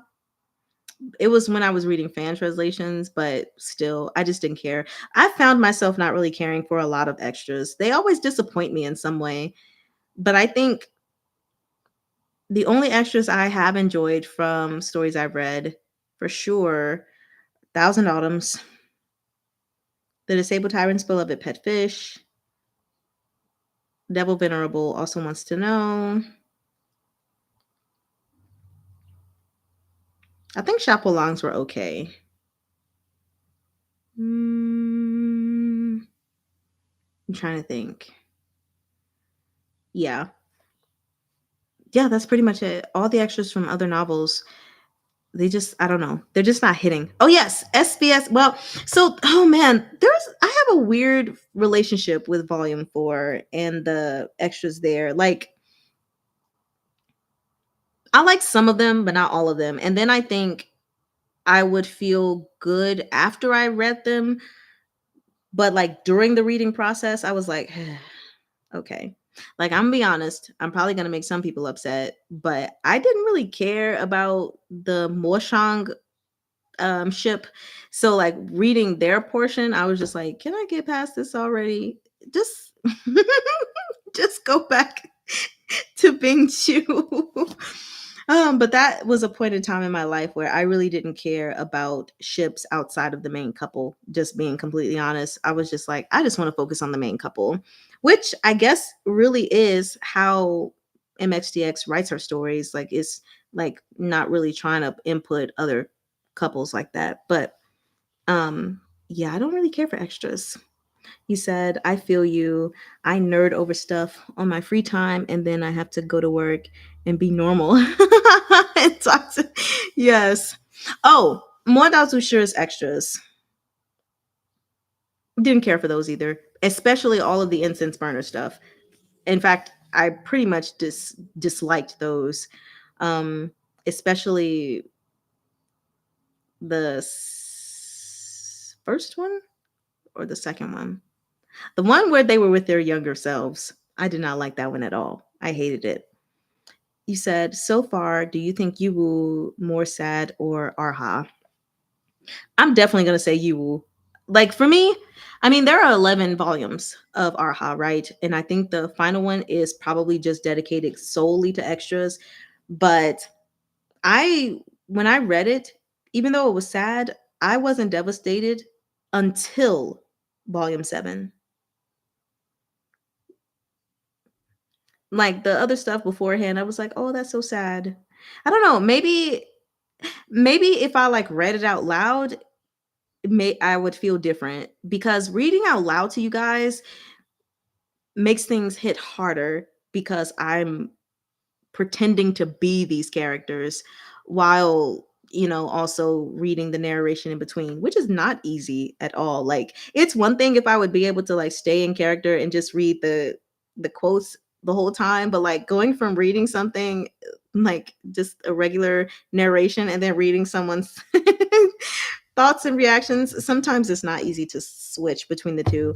But I'm gonna say Yuwu because I was devastated already in volume 2 and in volume 3, especially in volume 4, in volume 6. Yeah. Yeah. Like even the devastating thing that happened in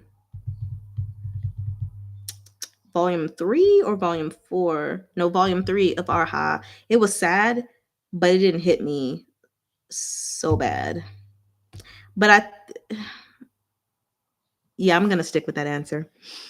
He said, I only didn't care about last extra with Guan Yao and Xue Yang. Also didn't care about it so much to the point that I don't even remember it. I think without some of those extras, it's not like a full picture. Gasp. I am judging you. That's okay. Judge away. The incense burner was a bit traumatic, but overall, dot, dot, dot. Yeah. I just didn't like them. I mean, maybe if I read them again, because it was my first Danmei, and there was also like in the time of my life where I was ashamed of liking Danmei. So maybe my perspective would be different. But even like thinking about it now, I mean, not reading the details, but even thinking about it now, I'm just like, not feeling those scenes. So maybe one day I'll try to, like, I had to read it. I read the incense burner scenes, but I kid you not, multiple times. Because I was like, hold on, did I read that right? And then I read it again. I was like, is this what I think it is? And I was like, wait, am I understanding something wrong? And like, I was just like, I don't know. So anyway, let's see. Acting for sure must be draining. It is. I've acted a lot of times throughout my life, and even that is easier. Actually, regular acting is easier than narrating a book and acting within the book. Oh man, it's tough. It's really tough. Because at least when you're doing regular acting, you stay in whatever character's frame of mind that you're in. Whereas with the narration, it you go from narrator to character. Now, don't get me wrong, the narration is leading up to whatever the character is going to say or whatever, but you're not going to say it in the same tone as the character if it's just narration. So it is draining, but like in a good way. Like, I'm not mad about doing it. I like it. It's really, really fun. And I want to improve. I want to get better at it. And the only way to do that is to keep going. And I don't know, maybe get some advice if I really feel like it's needed. But anyway, I'm just reading for fun. So, um, you said that one with GY and oh yeah, uh, and XY was too gore. LOL. Insanity at its peak. Me too. YuWu hits me harder. I feel like I also just like relate to it more character wise. So that might be the other reason why it hits me harder. I like the extras in which they go ghost hunting. It was okay. You said, and those are fun and secondhand embarrassment. Eee. That's why AI voices kind of suck. It's a hard work. You know, the crazy thing about AI voices is that I listen to them. Like, if I'm watching a video learning about something, actually, my husband does it all the time. So, but when we're in the same room or in the car together, if he's listening to a video that's explaining, 5 signs of low intelligence or whatever it is. He listens to a lot of random things. It's usually an AI voice, and I can listen to it. Or to be honest, whenever I'm reading like web novels or fan fictions and I don't feel like reading the words completely myself, I will actually highlight the words, right click, and ask my laptop to read it to me. And so, of course, it talks in this voice like this as it says the words.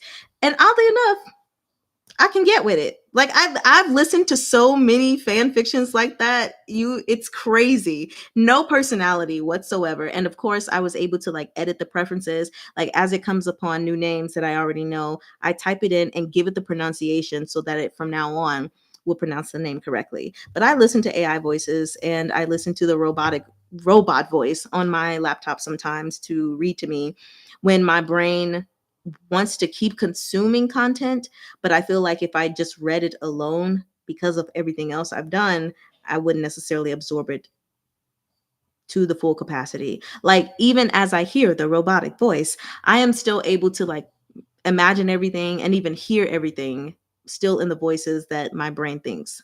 It's kind of weird. Anyway, personal life colors, fiction you intake for sure. You said I can't. They literally shut off my brain. I feel that. I feel that. I'm surprised I can do it. There are times when I can't though, and I'm just like, pump the brakes, pump the brakes. I happened to start listening to books in YouTube, which surprisingly were using AI exclusively, and it was horrible. Yeah, actually, no, the AI voices or like the robotic voices that are used that I've come across on YouTube, I'm like, what the heck? What is this? Especially the ones that are like, are they kind of like garbled in a way? I don't know. It's weird. There are some voices that are annoying to me. So I have to listen to like a specific sounding voice. Or like for Chat GPT, when I ask it questions or when I'm using it to help me write stuff out, I love clicking to listen to it. But that's because Chat GPT actually does, in my opinion, a pretty decent job mimicking the human voice. Like, let me see if I can give you all an example.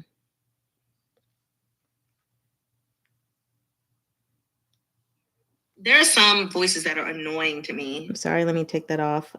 Here's the voice that I chose. It's Breeze, I think. Okay.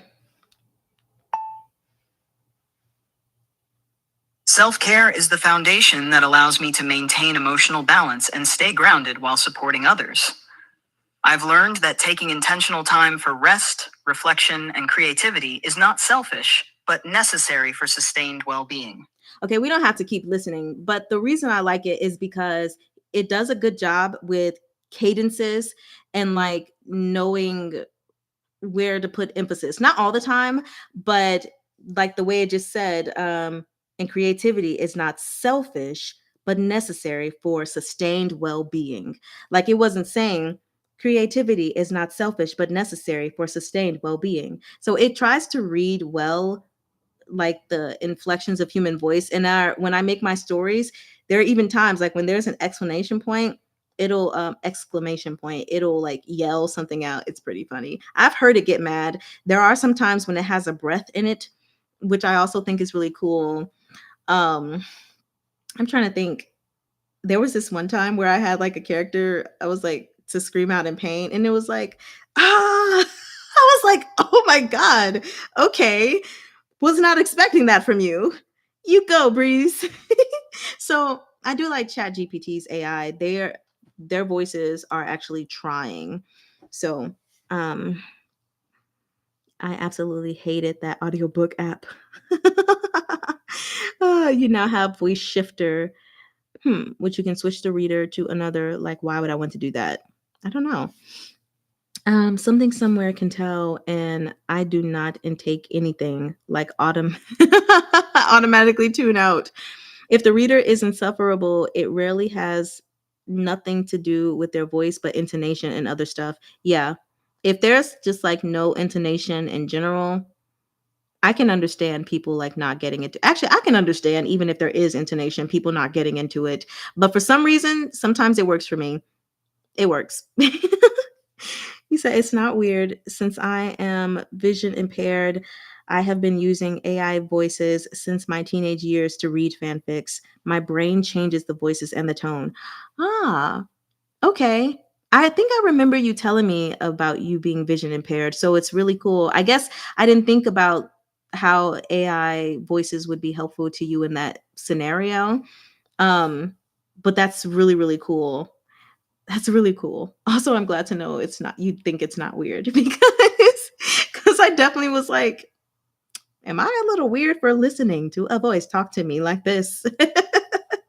But yes, I can change all of that stuff in my head. So it just makes it so much easier for me.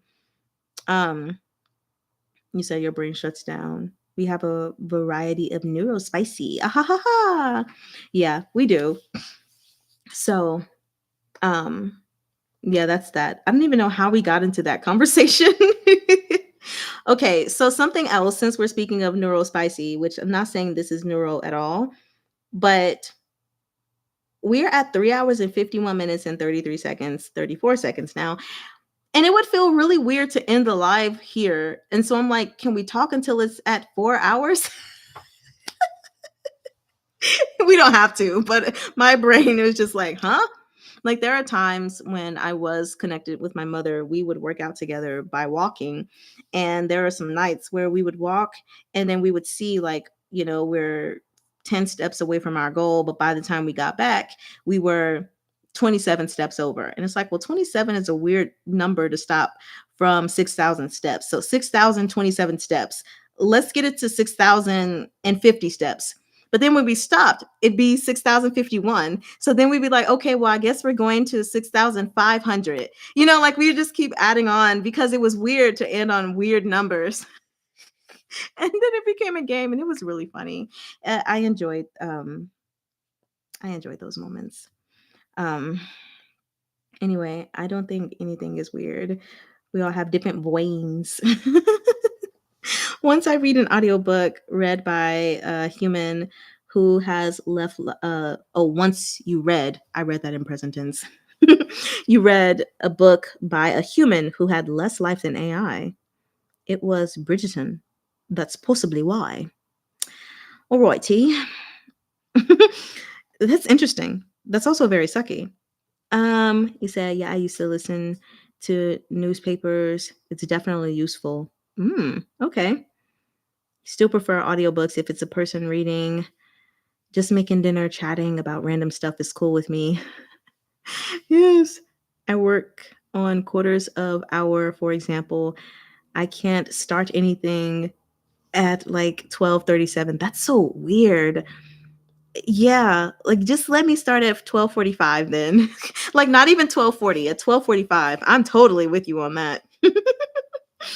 Finnish audiobooks have a pretty different culture to English language audiobooks. In English, they voice act quite a lot, and many audios in Finnish are literally books read aloud. Cool. The amount of voice acting in English language audiobooks are reversed for children's books.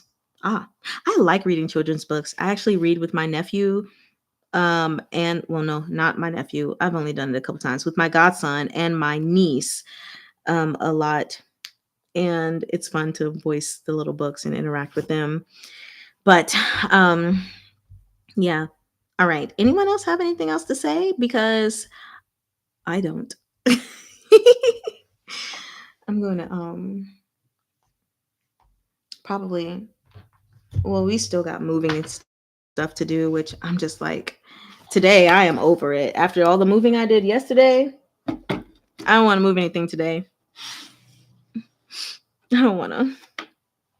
Um, I'm just giving you all a second in case you did want to say something. Oh, look, I have a reminder from my calendar that there is a volume 6 YuWu recap. Thanks for the reminder. Like, okay. I appreciate it. You're a little too late to remind me. Okay. Alrighty. Well, since everyone is good, I posted the novel I was talking about and the summary the best I could. Thank you very much. I've seen you guys' things. I just haven't taken the time to read them just yet because of the moving. Um, so I will be. Yeah, I don't remember where you put it, but I saw it. That's all that matters. So I'll just make sure I go back and look at it again and see. And then I think I saw somebody recommend something that was, I think, just in general, but it was like 9 volumes or something like that. I was like, oh, I'm not even looking at that right now. And then someone recommended number 6. I don't remember who it was that recommended that, but when I looked, it looked like they were Japanese names. So it was, I was like, right, this is anime. I forgot that fast that it was an anime. So, um, I don't know how I feel about reading Japanese stories on my channel. That sounds so, let me clarify that. I'm not being like I'm Chinese only. But what I meant was as far as the names are concerned, I mean, I could just look them up and stuff like that. Names of characters, names of places and stuff like that, but I don't want to be butchering things because I like to say things correctly. Like I remember even in Thousand Autumns, I looked up every word that I pronounced, no matter what the language was. But to do that, sometimes it was like, oh, okay, let me look this up. And then there was one I missed, and that was cognate. And I was saying cognate the whole time. And then someone commented on one of the videos one day, and they were like, I believe it's pronounced cognate like shogunate. And I was like, well, it's too late now. The whole series is up. I was like, I'll remember that next time when it comes up. And it came up in Peerless. Meanwhile, that comment still came up after I think I recorded the first volume or so of Peerless. So I said Kaganate in Peerless, and then eventually you hear that I changed it to Kaganate. So because I'm comfortable with the Chinese language, that's why Danmei for me is like, okay, yeah, I can read this because I know I'm gonna say the names of the places and the people correctly. Whereas with Japanese, I'm like, Google, say it for me. Or, YouTube video. How do you say this place? Um, but it's something I can consider one day. I'd probably start with something that was only a novel and just to give it a try, but we'll see. Which character or concept from Danmei would anyone Halloween as? Well, I don't celebrate Halloween, but if I did,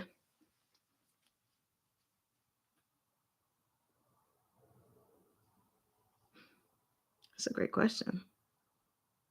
Maybe it's because I don't celebrate that I'm having a hard time picking.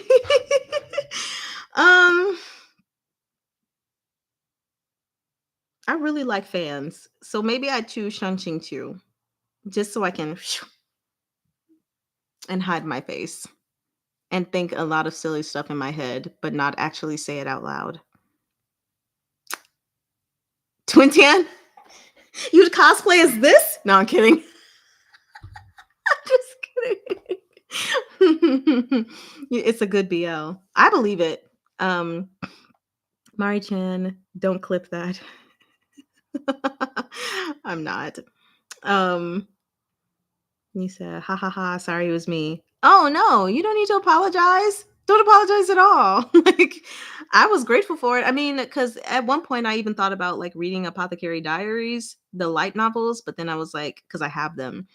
But then I was like, actually, now that I think about it, like, I don't know. I don't know how I feel. So then I just was completely abandoned that idea. Sorry if I just sparked hope into people by saying that because I won't be doing that. I can be your Japanese hand holder. Okay. Then I'll send you an email, be like, hey, pronounce all of these names for me. Thank you. Reminder to go back to studying Japanese. Look, my reminder to go back to studying Mandarin. Do you watch Chinese BL drama? Um, the answer is not no, but it's not yes. I watch it when I know it exists. Um, but at this current moment, because of work, this watercolor painting and school, I haven't really watched any of them. Like I have one queued. Um, I think what was it, Kill to Love?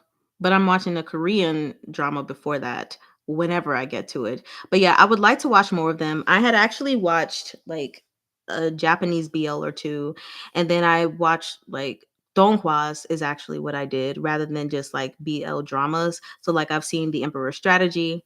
Obviously I've seen the ones that have novels, so like Thousand Autumns, SVSSS, Legend of Exorcism. Um I've watched some that are dubiously BL, like Link Click, which I need to watch the third season. Uh, what else have I watched? I need to watch actual BL dramas compared Chinese BL compared to like just the donghua, because of course I've watched Modal Zushur as well. Um, Yes, someone has already recommended Kill to Love to me, and they ask me about it every time we get on the live, and I feel like a horrible person because every time I'm like, nope, I haven't watched it. But I mean, life is what it is. So, I read one volume and it is so well adapted in anime. Apothecary Diaries, that is. It is. I fell in love with the anime, which is why I started collecting the books, even though I haven't even read them. I just collected them anyway. I need to get the other ones, but I have them all on my device. I just need all the physical copies. Emperor Strategy, yes. I actually want to finish it, Emperor Strategy, but like the book. I want to start the book because I finished the donghua, but I want to read it because I thought it was very interesting. But now I feel like I want to watch the donghua again just to refamiliarize myself and see if I still have the same zeal. So, yeah. And you know what? Next time, if I do a survey thingy on Seven Seas Danmei, I think I might suggest like, hey, publish the Emperor's Strategy. You said you read the book, but it seems to stop abruptly. Oh no. Boo. No me gusta. Um, that's really, really sucky. Okay, so maybe now I won't read it then. I don't want an abrupt stop. I'll be upset. So, um, was that the last question that I saw? Yeah, it was. But yeah, eventually I'll get into more of it. I just have to prioritize my life accordingly. Um, oh, okay, I see. Kill to Love is based on Adame. Which one? Which one?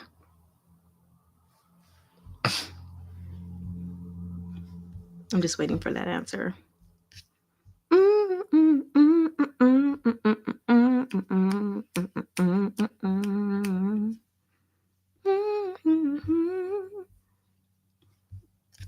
Um, what am I looking for? Because I have Kill to Love, Revenge Love, ABO Desire. Those are things that have been recommended to me by you guys that I haven't gotten to.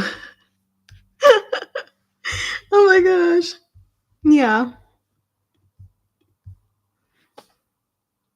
The Eternal Silence of Mountains and Rivers. Not translated yet. Oh, okay. Plus, seems that the book was banned in China. Emperor Strategy. Oh, that's basically, it's actually based on some actual Chinese history. I thought so, but I was like, I don't know. Cool. Oh, now I wish the translation didn't just like abruptly stop, but it is what it is. So, anyway, you guys, I don't want to just have us blurbling on forever because I'm actually really hungry. I need to eat. So, I wish you all the best. Thank you for accompanying me and Twin Tian. We have enjoyed you all here with us and hope to see you next time. Um, I have to put up the information, obviously, but just a reminder to all of my Patreon people, there will be a live reading this coming Saturday on the 18th. And oh, I guess it'll be another Saturday, Sunday thing because then on Sunday, Patreon and YouTube will be celebrating the 1K. It's not going to start this year because I just need like to figure things out with my work.